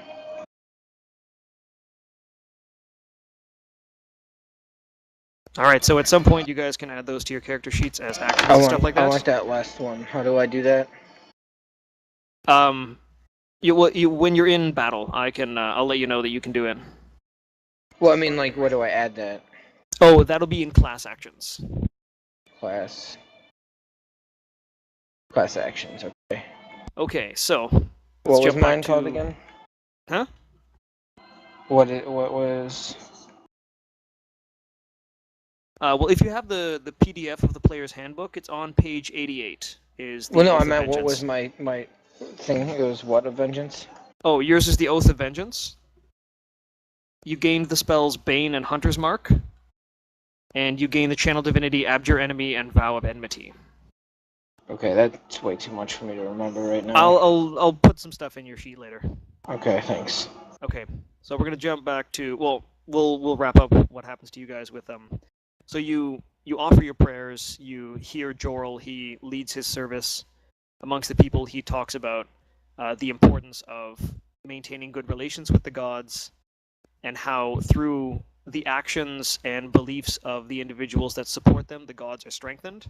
So if people wish to see the positive influence of the gods make an appearance or have an effect in the world, then they need to be working towards those ends themselves, and the gods will aid them in their pursuits. Alright, so after that, the two of you retire to your dormitories for the evening. If you guys want to do anything before you go to bed, let me know, but I'm going to jump back to Pedwin and Big Mo for the time being. Okay. Okay, so, Pedwin and Big Mo. You are led upstairs by the woman that you bought a drink from and the room from. She gives you a polite smile as she opens up the door. The two of you walk in. Pedwin has no problem. Big Mo's got to duck a little bit as he goes inside. Pedwin immediately casts Mage Hand and bars the door. Isn't that what you said you were going to do?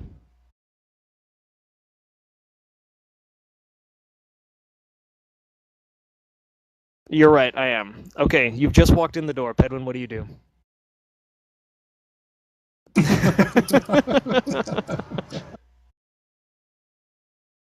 Alright, and then what?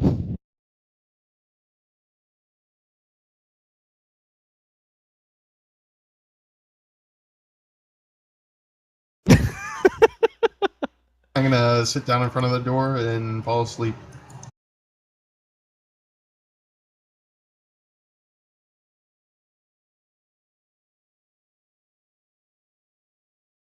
Big Mo.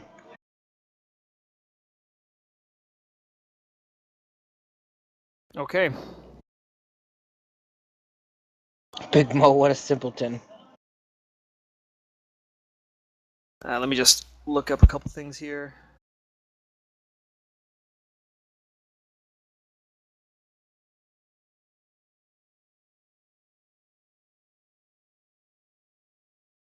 Huh? How did What's you the figure range that on out? Detect Magic?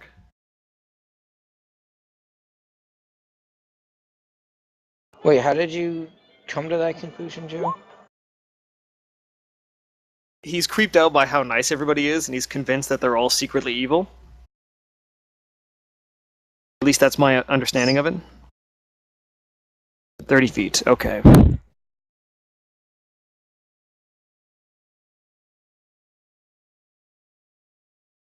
So it's Well, getting on in the evening. Obviously that and wench wasn't very nice. She didn't show me her titties. It's getting on in the evening, and you notice that a lot of the individuals that were in the tavern begin to filter out, and some of them drunkenly stumble, some of them stroll towards home. There are a few people that were left in the tavern that slowly begin to retire for the evening, and for the most part, the atmosphere in the tavern is quieted down. As you do a handstand and channel the universe through your feet, you become aware of... Are you channeling through your head? Sorry, my mistake. Well, you can channel it with whatever part of your body you like. My stick. He could if he wants to. What you... so, amongst your possessions, the map is definitely in your awareness. It seems to radiate with a subtle kind of magic that seems very, very old, but there is no weakness in the enchantment. As you are kind of scanning around with your awareness, you don't detect anything out of the ordinary. You do hear the sound of hooves going by, and with it, you definitely pick up something as it moves across the front of the tavern, and then down the staircase that you guys took up. As far as physical objects go, it's got a length of about 1.5 meters, 4 feet. It's passing in front of the tavern. You do have a window that looks out there. You see a man on a horse that you recognize as one of the horses that was in the stable at the Reeves Manor. And it is a cloaked figure that is riding away. And he is riding away, and from what you can tell, he is continuing to head west.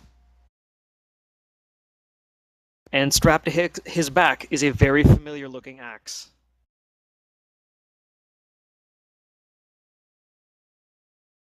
Big Mo is in a dream state right now. I wake up. Wake up. Okay, what do you do? Water. What do you want? Cast sleep. Cast sleep. I run out the door. You've got to unbar the door first. I kicked the door down.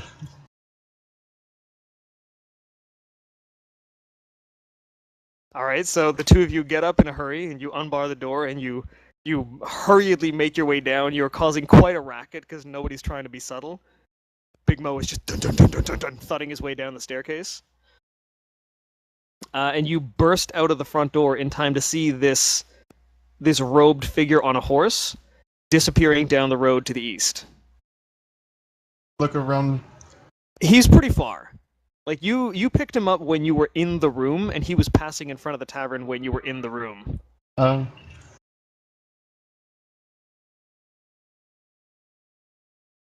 I see a horse around? There are no horses in immediate sight. He was heading west? He was heading west. You do remember that when you were walking up here, there were some horses tied up at a hitching post at the western side of the tavern? Run there. Okay, you run to the western side of the tavern, and you see no horses attached to the hitching post. Have I seen horses anywhere else?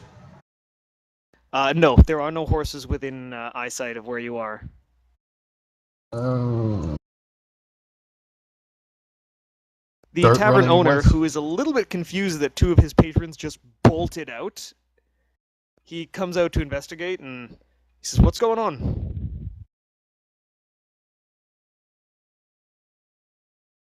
We need horses. Horses. Well, he's probably retired for the evening, but the horse master is up along the northern coast of the lake. I suspect you could talk to him in the morning, and he'd be able to provide you with what you needed. For a price, Could we of just course. run west? You're not catching a guy on a horse. Well, was he riding fast, or was he just trotting along? He was riding pretty fast. Damn. Oh.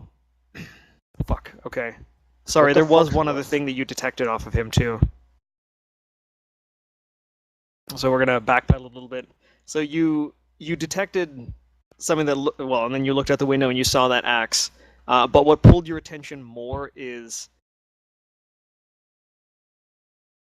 when perceiving things through detect magic, it comes across as like ethereal kind of non-distinct shapes that are a certain distance from you. This seems like a star. So extremely distant, but extremely powerful.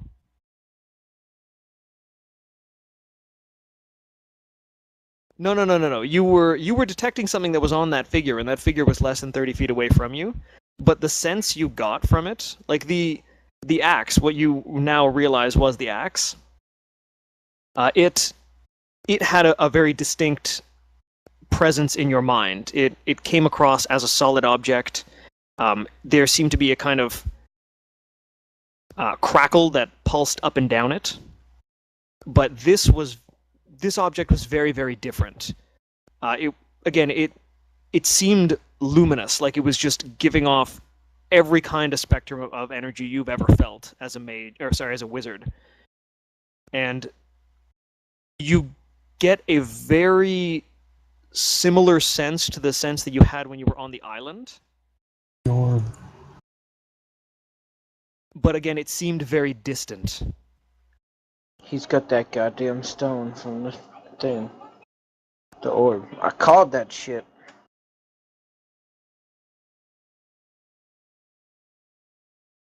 Realizing that you aren't able to catch who you can only presume is Burnley, the two of you head back towards your room.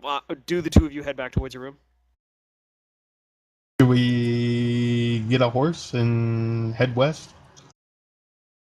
We can't get a horse now. It's Not too until late. morning, gay. Well, we can't get a horse legally. The sun has sunk below the hill, and the purple and blue black shades of nighttime have now cascaded across the sky. And you can see the stars that are poking out, and you see familiar constellations. You hear a couple of Like hoots of the owls. wench's titties and the other wench's titties. The great constellations. As you look around, most of the lights in the houses around town, there are quite a few of them, but they're slowly starting to go dim as you gather that people are gradually retiring for the evening.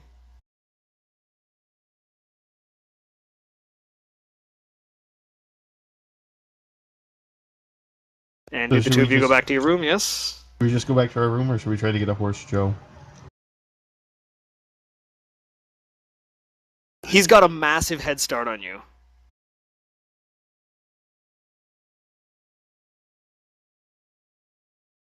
Alright. Back to the... Oh, so you're saying we should get a horse and go after him?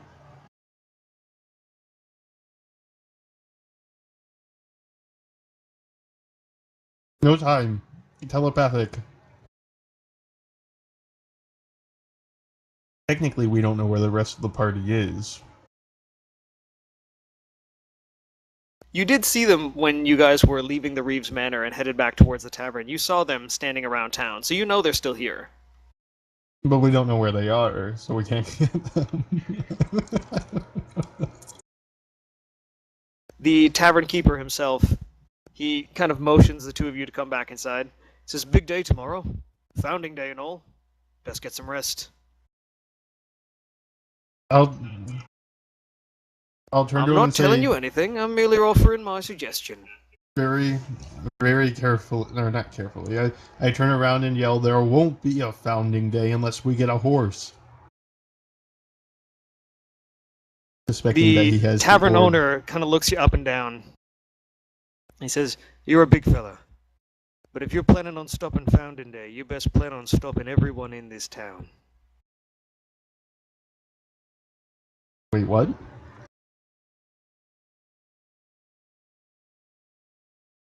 Confused? Founding Day, you're not from around here, are you?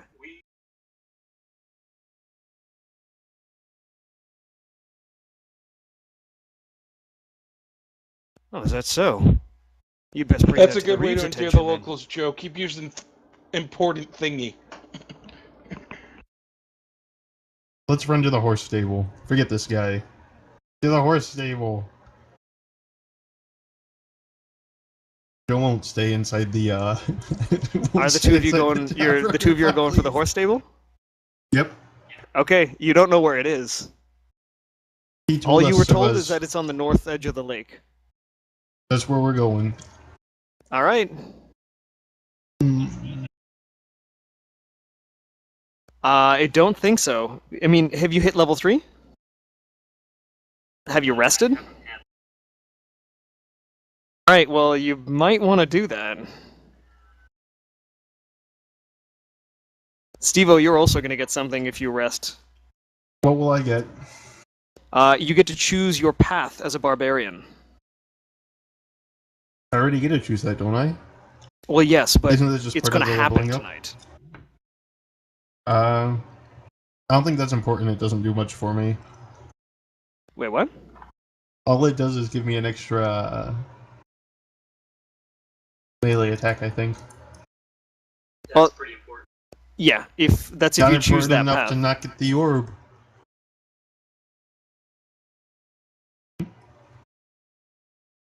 Well, you've got the choice between the path of the berserker and the path of the totem warrior. It'll be Berserker. You're gonna choose a berserker, okay? Yeah, I've already got it in my notes and stuff, so whenever it applies, I've got it. Okay. Well, thus far you haven't rested yet, and Pedwin, I'm assuming you've decided what your level 3 perks are gonna be. Okay. He doesn't? Oh, right, because you choose your school at level 2, right? Ah, yes. Alright, can we take a... He said northeast, right? He said along the north coast of the lake.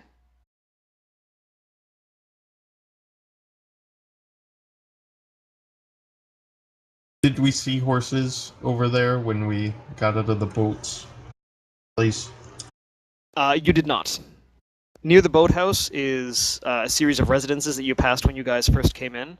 There was also 2 large structures that have like a circular kind of turret that are built into them, mostly made of wood. Most of the buildings around the boathouse in that lowland of the town are all made of wood and seemingly a little bit on the hastier construction side. Like they all look uniform and they all look kind of utilitarian, as in we need a bunch of houses very soon.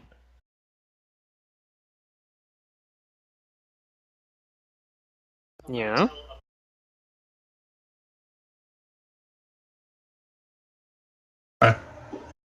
Okay. And I'm gonna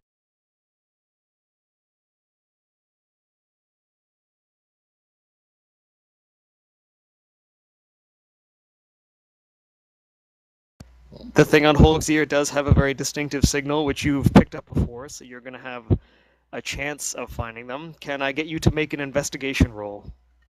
Both of you, because Steve-O, you're looking for horses.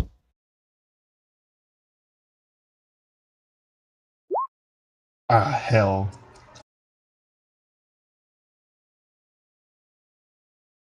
Okay. So, as the gnome with... Well, Pedwin, what do you look like again? Got pink hair, obviously. Okay. So, as the pink-haired gnome is somewhat frantically running around, knowing that he's on a bit of a Also, if timer... there's 4 or more people against us when he comes into battle, we get one of them on our team.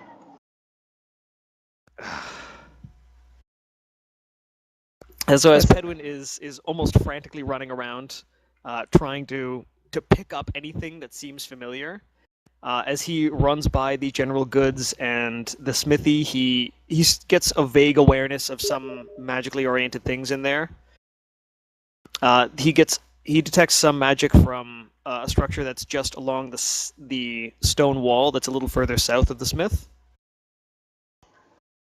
Passing by some of the buildings along where they had crossed before hitting that small garden, there are small pings of your detect magic there as well. And as you round the corner and run by the temple, you get a very familiar sensation. It is a small object. It seems to imply a connection over distance of sorts. And it is very, very similar to what you felt before when picking up magic from Holg's earring. From what you can determine, he is in the temple.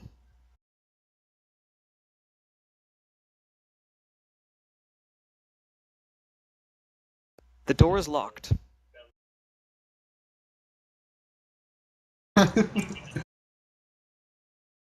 You knock on the door very loudly. HPG's not gonna make this easy. A very bleary-eyed Jorl It's my slides fault, open. obviously. Huh? It's my fault that you're not making it easy for him. A very bleary-eyed Jorl slides open a small window on the door and rubs his eyes. He's in a very long nightcap. And he... there are not bushes by the... There are not bushes by the door, no. Was Joe about to play Ding Dong Ditch? There are no bushes by the door. It's kind of like a small stone pathway. But he's also looking... The building itself is made of stone, and the door is made of very old and treated wood with bands of iron across it. It's a very heavy, very sturdy door. Other than that, there is seemingly nothing flammable around. Jorel is looking around through the window at eye height, and he cannot see anything. You hear him call out, "Hello? Hello?"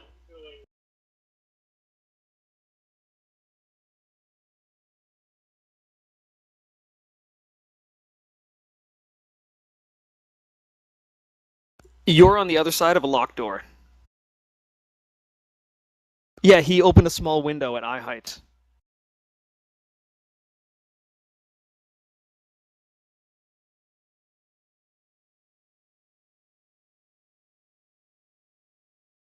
Jorel, he sees it, and you hear a moment of exclamation as he, "Bah!" and then snaps the window shut. That was great. Can we get that noise again, please? What the? Bah! Yes. I only wish I could record that and make it a ringtone.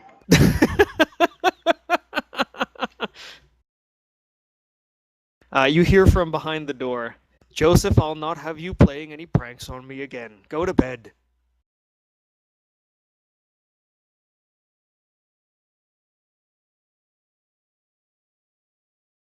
It's a pretty tight fit. You could try shoving flame through a door. I don't know how that works, but so you're gonna try and like shoot fire into the temple? Make an attack roll.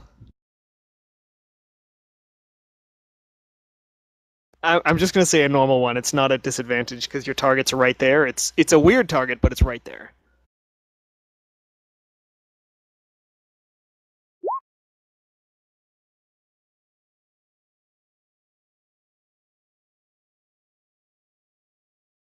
You could just roll a d20, add 2, and then your intelligence modifier. Oh wow! Who is Joe attacking? He's attacking the door. Oh, okay. I was gonna say, as long as he's not attacking a temple guy, he was actually cool.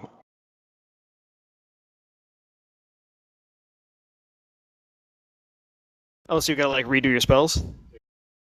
Okay. Well, it does double damage. So what's the normal damage on Firebolt? Okay. So can you roll a d12, please? Can you roll a d10? Actually, no. I guess you roll 2d10, don't you? Or would it be a D10 and you double it? Wow, and you got a crit. You got a 1 and a 10. What the fuck, man? So, Pedwin puts his hand right up against the seam of the door, right where it meets the stonework. It's a tight fit, but there is a small gap there. You can feel the air pressure is pushing inwards. So he fires off his firebolt, and a small wave of flame cascades from underneath the door. And you hear a much louder cry from Jorel now, where he, "Bah!" And he is... You can't tell because you can't see it, but you get the distinct feeling that he's just kind of hopping around, trying to avoid this flame. And what you hear then is the sound of water sizzling, and then a small amount of water flows out from underneath the door and then down the steps where you are. And a very...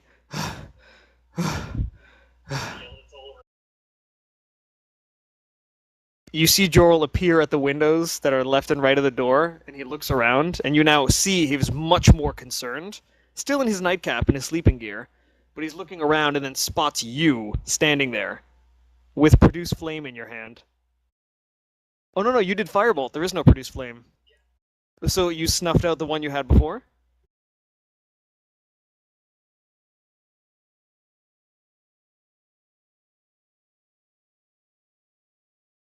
Well, he's not looking through the door window anymore. He's looking through a window that's further to the side that's looking out at the door now. So he can see you now.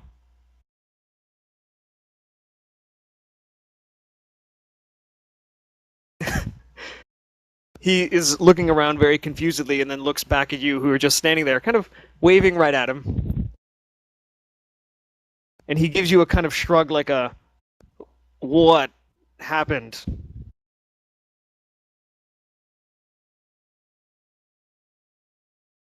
He comes around and pushes open the door. And he says, "What? Service is tomorrow morning."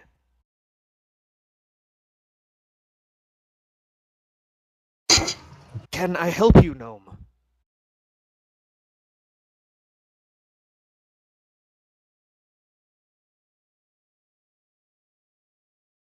"Friends of yours?" "Very well." He walks down through the temple, clearly not in any sense of hurry anymore. Hey, He knocks on the dormitory HPG, door. real quick. Am I doing any other stuff tonight? Because Rick and Oh, are Morty's you going to on. wrap up soon? Yeah, Rick and Morty's on 2 minutes ago. Oh, okay. All right. Just have me tag along or whatever with them. Okay. If you want to bow out now, Spider, you can go ahead. Yeah. All right. Thanks for playing. All right. Just let me know next time. I will. I'll try to not be such a pain in your ass, but I don't know. It was honestly, that's entertaining. probably not gonna happen. And I couldn't resist the MC Tech joke. All right. I'll catch you later, Spider. Talk to you guys. User disconnected. So from your Jorl channel. knocks on the door to the dormitory, and slowly eases it open with a loud, and he kind of gently shakes awake Danny, Kanye, and Holg, and says, "There's a pink-haired gnome here. Says he's a friend of yours."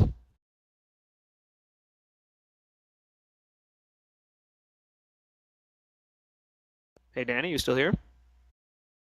JD, you awake?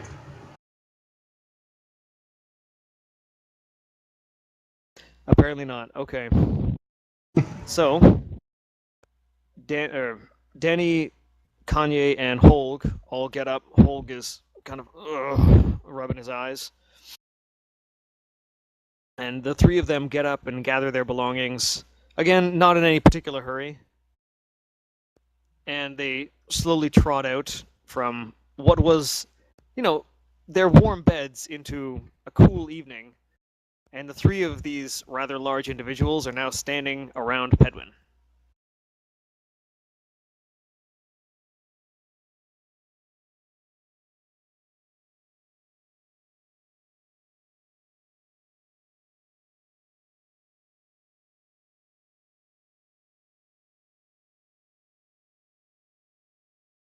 Okay, well, the thing is, you don't know where the horse stable is.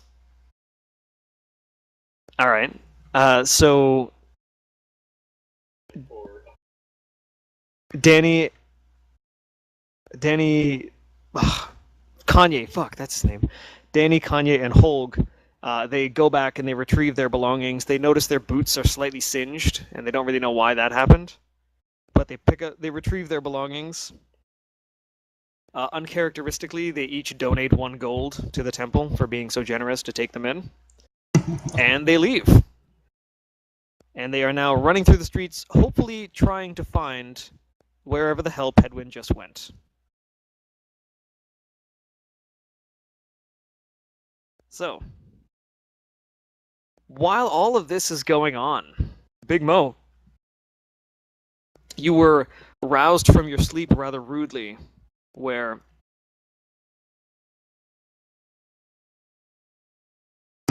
in your dream you were facing off against Little John, the man whom you've always constantly had contests of strength with. Oh. And in each of your contests, when you cannot beat him, it enrages you, and it makes you more and more upset, and you're fuming, and eventually you feel just like your skin's about to burst into flame. You're just hot with the anger. And in your dream, you're tearing whatever little armor you still have left off of yourself, and you are charging headlong at Little John. But it is no longer Little John. It is the commanding officer who told you to slaughter a village of helpless civilians.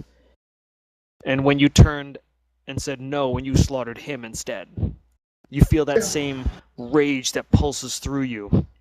What you did was just, but it was fueled by this anger and this ferocity that you are only recently starting to learn to channel. And as you were reliving these very significant moments from your past, you are kicked in the face, awake.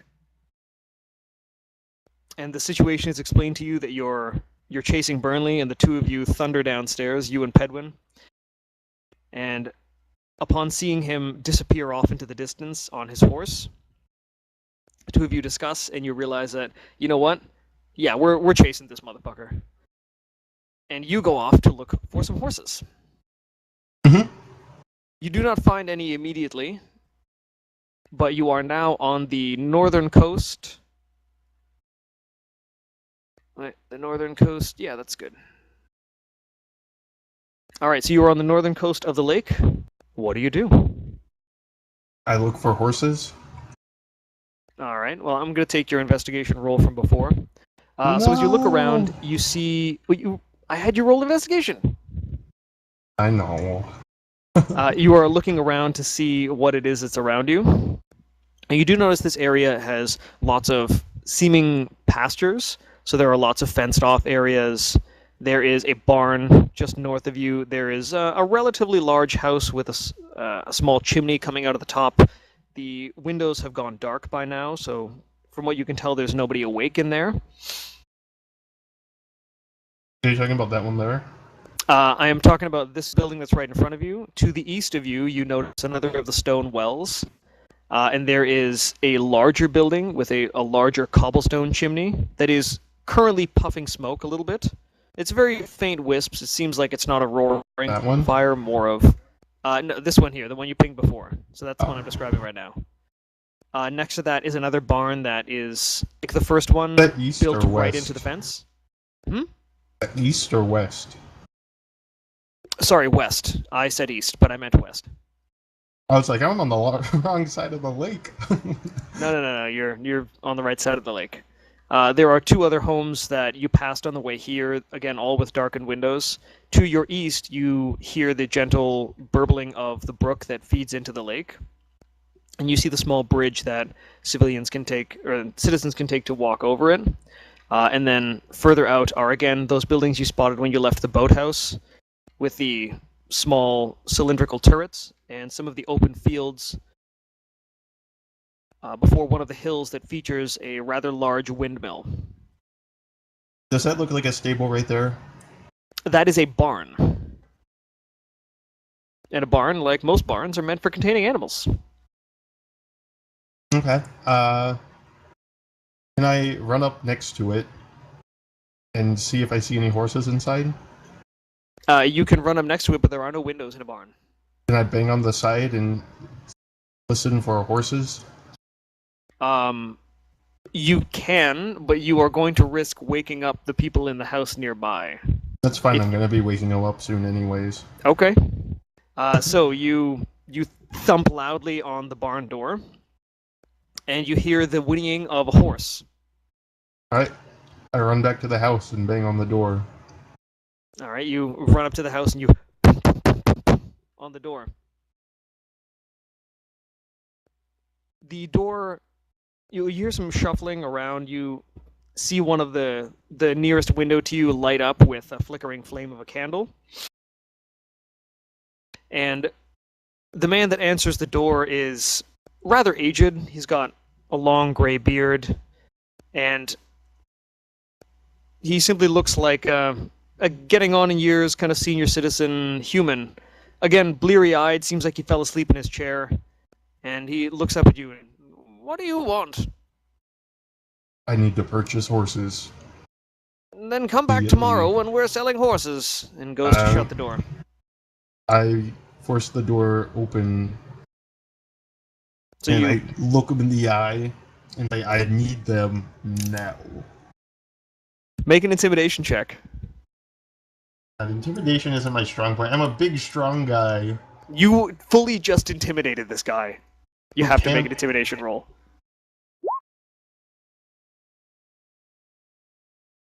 Better than normal. All right, let's get the.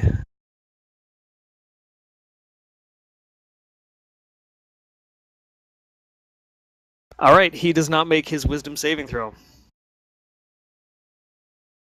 The old man is clearly frightened by this very large and armed individual that has basically just pulled him out of his slumber and, in essence, forced open his home.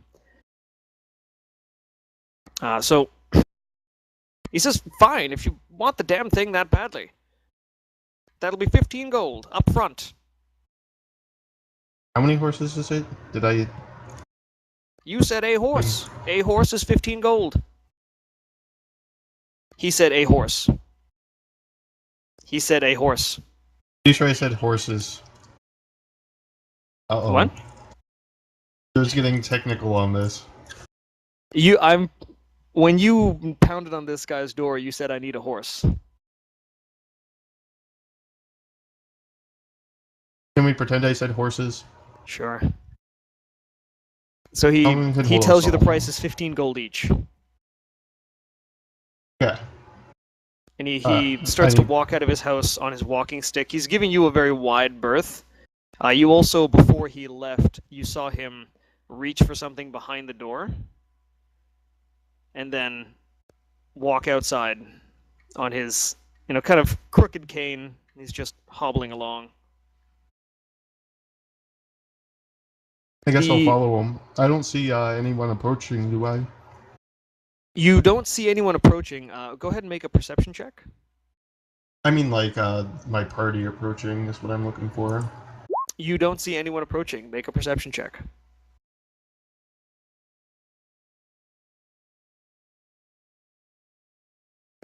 From what you can tell, you and this guy are the only people around for the time being. Well, I don't need to hurry then. So he leads you to the barn, and he actually no. Before he opens the door, he turns to you and he says, "It's 15 gold per horse. How many do you need?" I tell him 3 and hand him... And I hand him 48, so he has a little bit extra. He No, I flips through appreciate- the small pouch of gold that you've handed to him and seems relatively satisfied. That means I only have 10 gold left. Well, maybe you can negotiate with some of your other party members. Fully will. And he unlocks the barn and he turns to you and he says, "Wait here." He goes inside. I realize I said that without the push to talk button down. And in a couple of minutes, you hear some rustling, some sounds of wood shifting, and he comes out with 3 horses. The horses themselves looking a little tired, but other than that, they seem like fine animals. He brings you out and he hands you the reins. And he says, 3 horses. Now go away. And he walks back towards his house. If you're going to say anything, now's the chance. I don't say anything. All right. So he locks up the barn. He walks back to his house. He gives you one more strange look and then locks the door again, shuts it, and you see the candle get snuffed out in the living room, or what you can presume is the living room. Alright, I'm gonna jump on one of the horses All right. and start riding back towards the tavern while holding the other 2, which I assume is Okay. possible. I don't... Alrighty. So, Pedwin, who went running, pursued by Kanye, Danny, and Holg, have all reconvened at the Boar and Sow.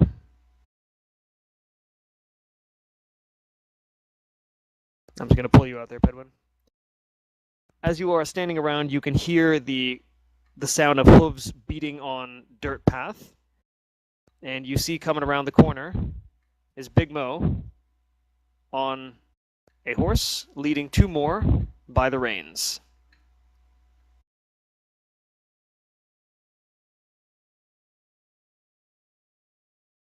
He brings the horses to a stop at the hitching post at the foot of the Boar and Sow.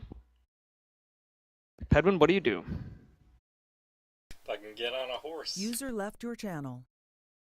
Okay, so if Big Mo's on a horse and Pedwin's on a horse, that leaves one horse for two pretty no, big no. individuals. We're gonna have to split everyone up. So we'll need Holg on his own horse, and then I don't know what size Danny and Kanye are.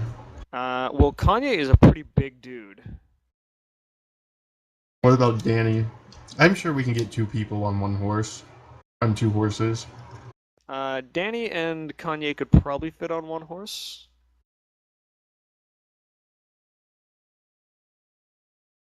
And we don't have any clue where Collar is, so we'll just forget he exists. Maybe we'll find him You have somewhere not else. seen Faisal since you guys came off the ship. Or actually, since you decided to head south along the road off the coast. That was the last time that you saw Faisal. Right. And Joe will have to jump on another horse. And we'll ride.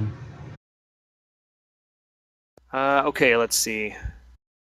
Danny is 6 feet tall and 190 pounds. And Kanye is most certainly bigger than that. Oh my god, JD put 13 inches under the size category, this fucking guy.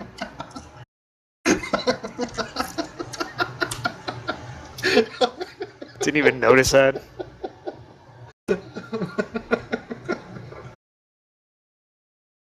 Anyway. So I don't think Kanye and Danny are getting on one horse. Well, too bad for them. Too They'll bad for ride them, too bad slower. for the horse. They'll ride slower in the back. They just need to arrive at the same destination as us.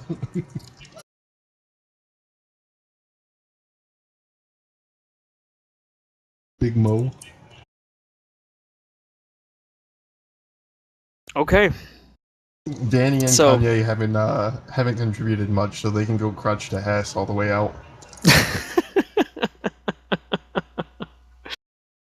Alright, so the two of you and Holg, you take off on your horses as fast as it will carry you. You leave Danny and Kanye in the dust because their horse, under such a burden, cannot keep up. In fact, this horse seems to be complaining quite a bit under such a strain.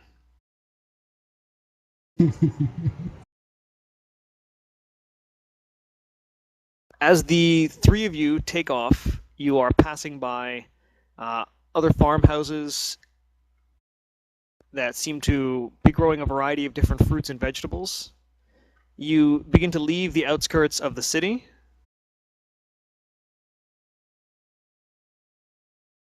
Wait, Pedwin, you're on Big Mo's horse? Okay, let's move you over with him.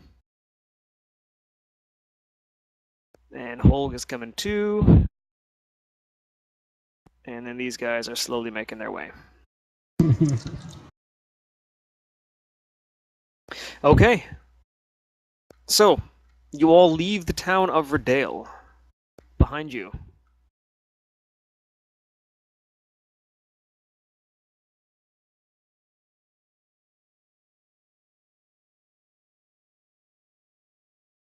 It is now nighttime. And the rolling hills, the fields, are all cloaked in darkness. And where before there was the pleasant chirping of birds and the sounds of animals moving around, it's now replaced with a very eerie silence, occasionally broken only by the sound of an owl hooting or the flapping of some winged creature overhead. As you're leaving town, you can't help but notice that there is a black cat that seems to watch all of you leave. And rather curious because, you would anticipate such a creature to be asleep already. But this one is standing right on a fence post, seemingly anticipating your arrival and departure. as all of you tear ass out of town. Odd people. Okay, let's get some... Oh my god, you're enormous.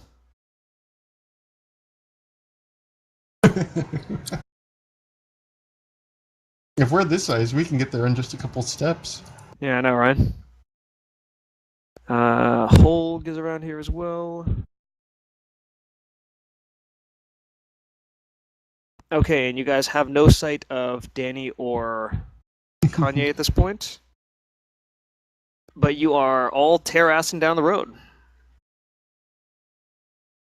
After a couple of hours of this rather silent march, save the sound of footfalls from the horses just beating away at the dirt because you guys are riding them pretty hard, the breathing of the horses becomes much heavier and they have to slow their pace down. And they begin to just kind of move forward at a steady trot, but it's definitely not the gallop that you guys were moving at before. And it's now well into the night. Like it is past midnight. You've seen the moon that is a waxing gibbous, so it's nearly a full moon, but there's still a small dark sliver that's covering the one side of it. And off in the distance, you begin to see a very faint source of light. And as the three of you get closer, the light is growing brighter, and you begin to see torches, or well, the coloration of torches. So it's a red, orange, yellow kind of mixture.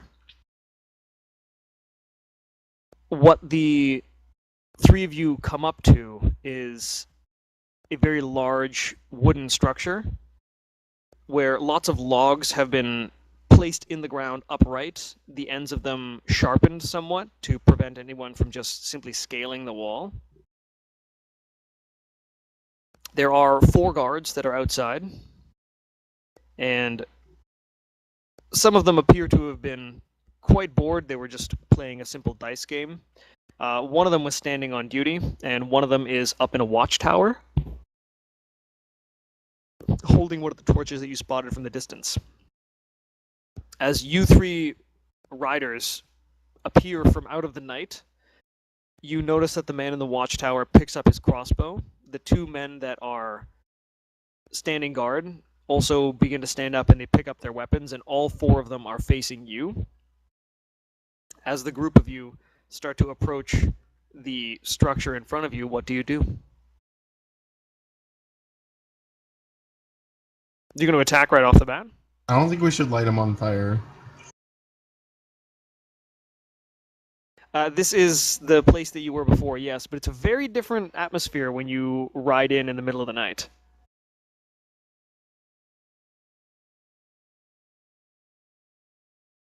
Actually, it's late in the middle of the night now. It's like 2, 3 in the morning. Slow down for their little thing going on here. What? We're gonna slow down for their little blockade. It's more than a blockade. What you are faced with is a gate, a closed gate. So we'll slow down for their little gate. All right, so as you guys get closer, you begin to see that the structure in front of you is...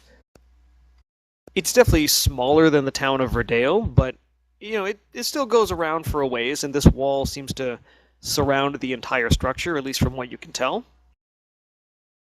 And as you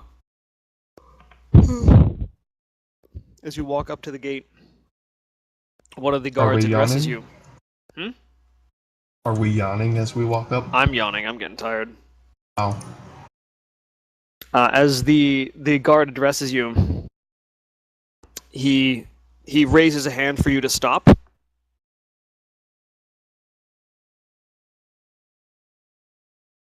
What do you guys do? Stop. All right. So you slow your horses to a stop, and they seem to rear up against the change in pace, but seem to be glad to not be moving anymore. The guard that's on the ground, who has one of the spears, he steps forward and says, "Announce yourselves."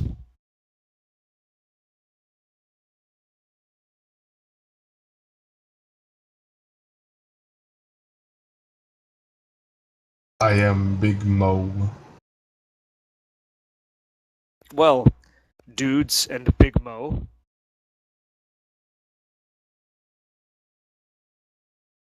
These gates close at sundown.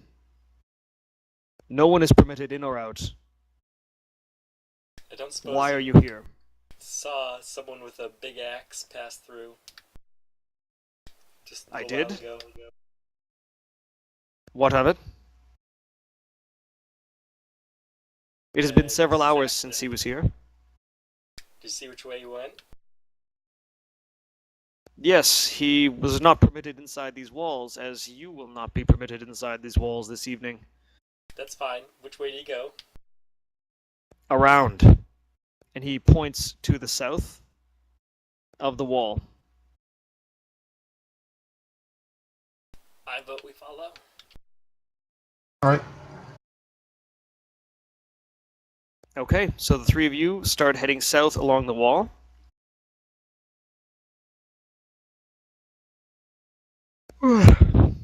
Okay. Oh, right, I need to reveal some areas now. Yes, we are going to stop after this next bit. Oh, I cannot move you guys if I try and reveal you. Okay. So you move off along the southern portion of the walls. Again, this is a seemingly tight wall along the structure, at least as far as you're passing along the southern edge of it. And as you do, you notice that there is another watchtower, another gate, and another series of 4 guards who seem kind of surprised that somebody is just showing up at this hour. And one of them raises to say, "Halt!" and all of you guys just ride right past him. Because forget this guy. Yep. You do notice that there is another road that this gate comes onto, and it seems to head off towards the southwest. And you do make note of it.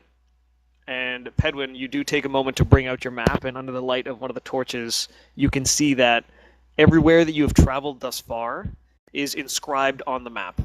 So you can see the town of Verdale, you can see the roads that you have taken up here. You can see a structure that you assume that you're next to because there's no indicator where you are.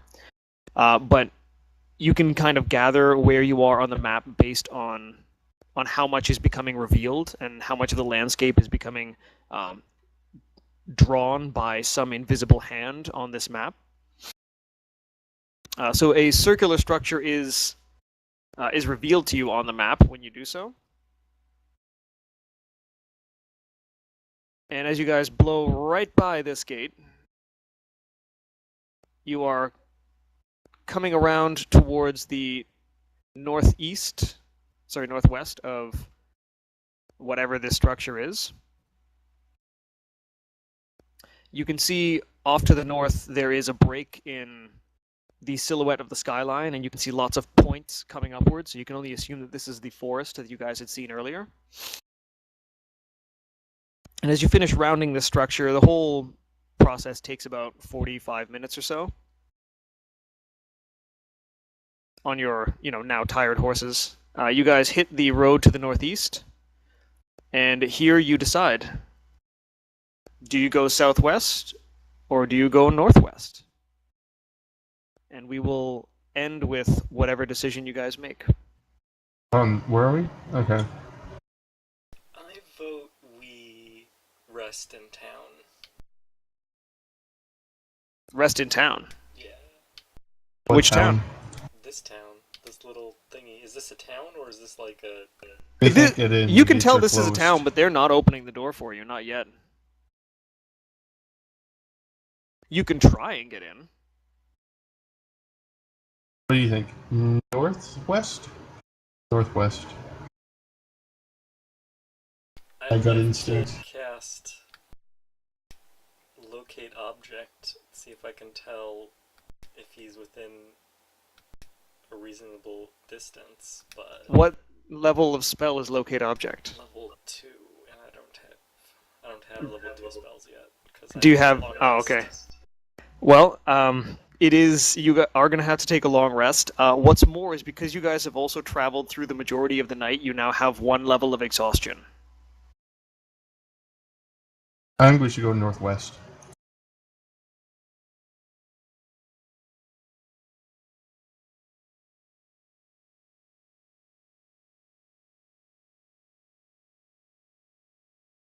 Just camp up So you against guys the wanna- walls. Set up some kind of camp.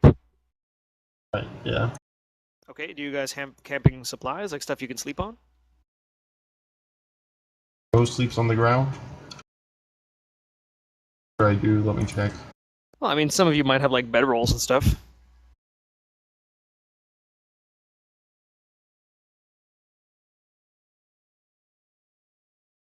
Explorers. Would it be an explorer's pack?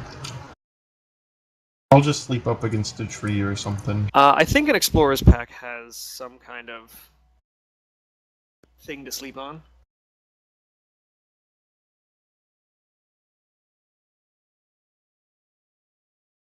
An explorer's pack.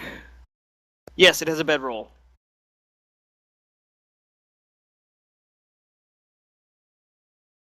All right, so you guys set up a small camp.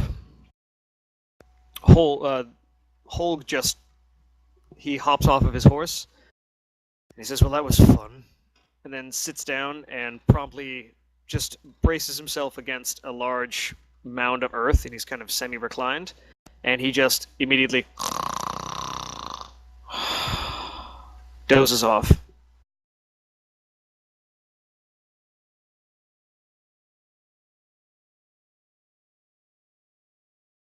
All right, is there anything else you guys want to do before you you camp down for the night?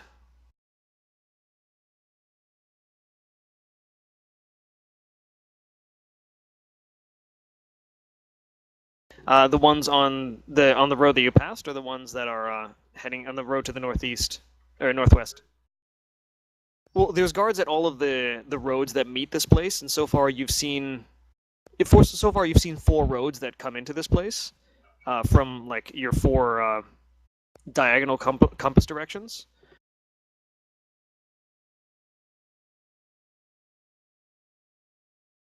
So you ask the guards, and they do recall seeing someone ride by very much as you guys did, although he seemed to be in more of a hurry. And he says that he just kept going around the encampment that you guys are next to, which you hear him use the term the crossroads. So you gather that the name of this place is the Crossroads, which would make sense given that you see a number of roads intersecting this area. And told him that he continued off into the northeast. Or, sorry, northwest. Northwest. Fuck my compass directions. Okay. Dat way. Right, so when we awake, we'll head northwest. So in the morning you're going to do that? Yep. Okay. So, because you are camping, you do not suffer exhaustion. Feel free to give yourself all level 3 spells, talents, heal yourself up to full. You guys didn't fight, so there's no hit die to recover. I never recovered from when I leveled up. Well, your sleep was disrupted, so you can consider yourself at full life when you wake up in the morning.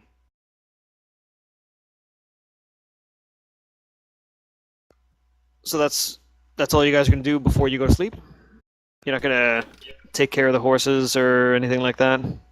Leave some kind of indication for where Kanye and Danny should go? I would assume we tie up the horses and not just let them run off.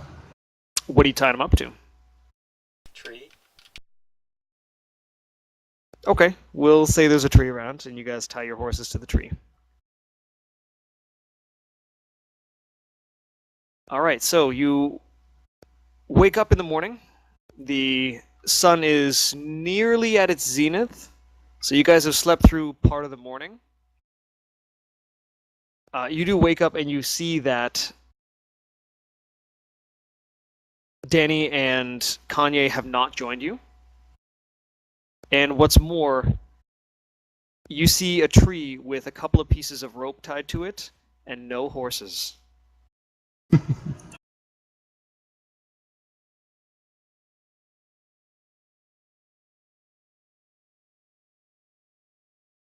You know what? I will let you roll perception retroactively. Why don't you go ahead? Both of you.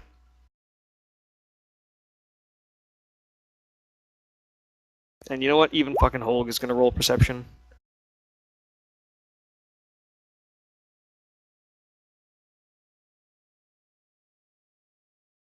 You really didn't want us to catch up with him, did you?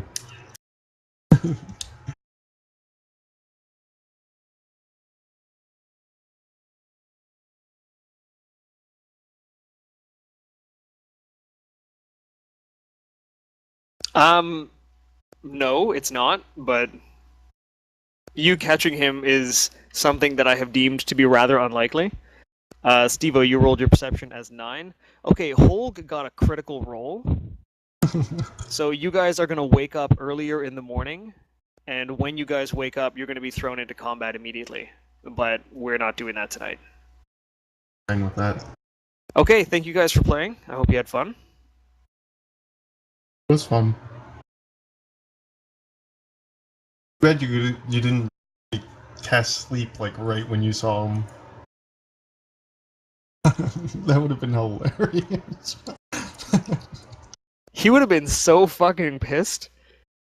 Just falls asleep and just like sloughs off his horse and just hits the concrete. Which would probably wake him up, by the way, but it would still have slowed him down.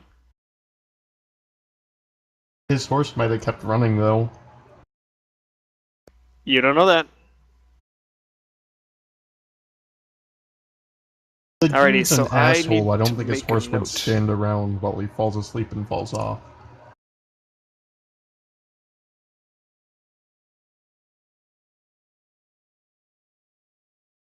Okay.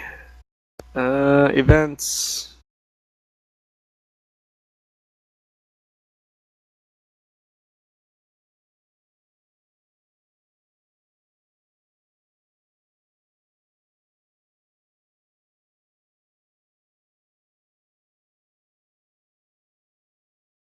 Okay, I have made a note that you guys are going to be in combat right away for when we start the next round. Okay, before we wrap up, is there anything else anyone wanted to discuss or add to anything? Did you guys have a good time? Is there anything I should work on? Make it easier to catch Burnley. I want his battle axe so bad. I have... In all honesty, I wasn't even gonna let anyone realize that Burnley was leaving, but Joe did the detect magic, and I thought, okay, you know what, it's gonna make it more fun. So I did that. I didn't even know he was there. Nobody knew he was there.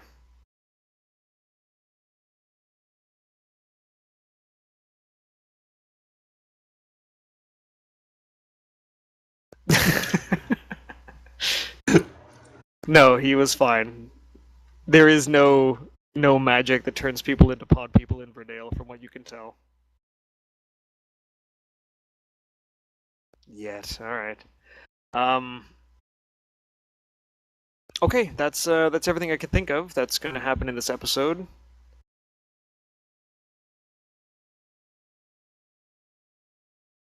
I gotta admit, at first I didn't know how the fuck Danny, Pedwin, or Holg was gonna stick around after Spider picked a fight with the owner of the tavern. I was expecting some with Panda level shit to go down. Well, I don't have any plans to remove anyone's testicles as of yet. Wait, his testicles were removed? Yeah, Swift lost a ball. How'd that happen again? The women that he got like pincered between some half-orc woman and Ariel, the woman from Fort Autumn. And I think they just beat him in the head till they went unconscious. Yeah, that sounds about right. Then they stole a testicle? They took one of his testicles. Oh, why don't I remember this? It wasn't your testicle?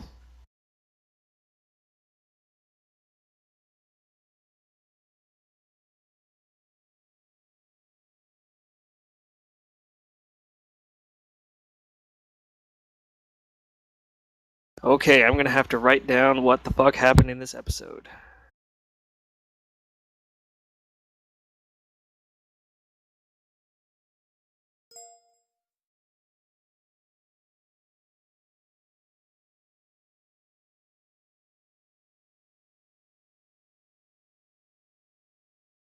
Oh my god. I'm just not even gonna click links from you anymore, Steve-O. I really like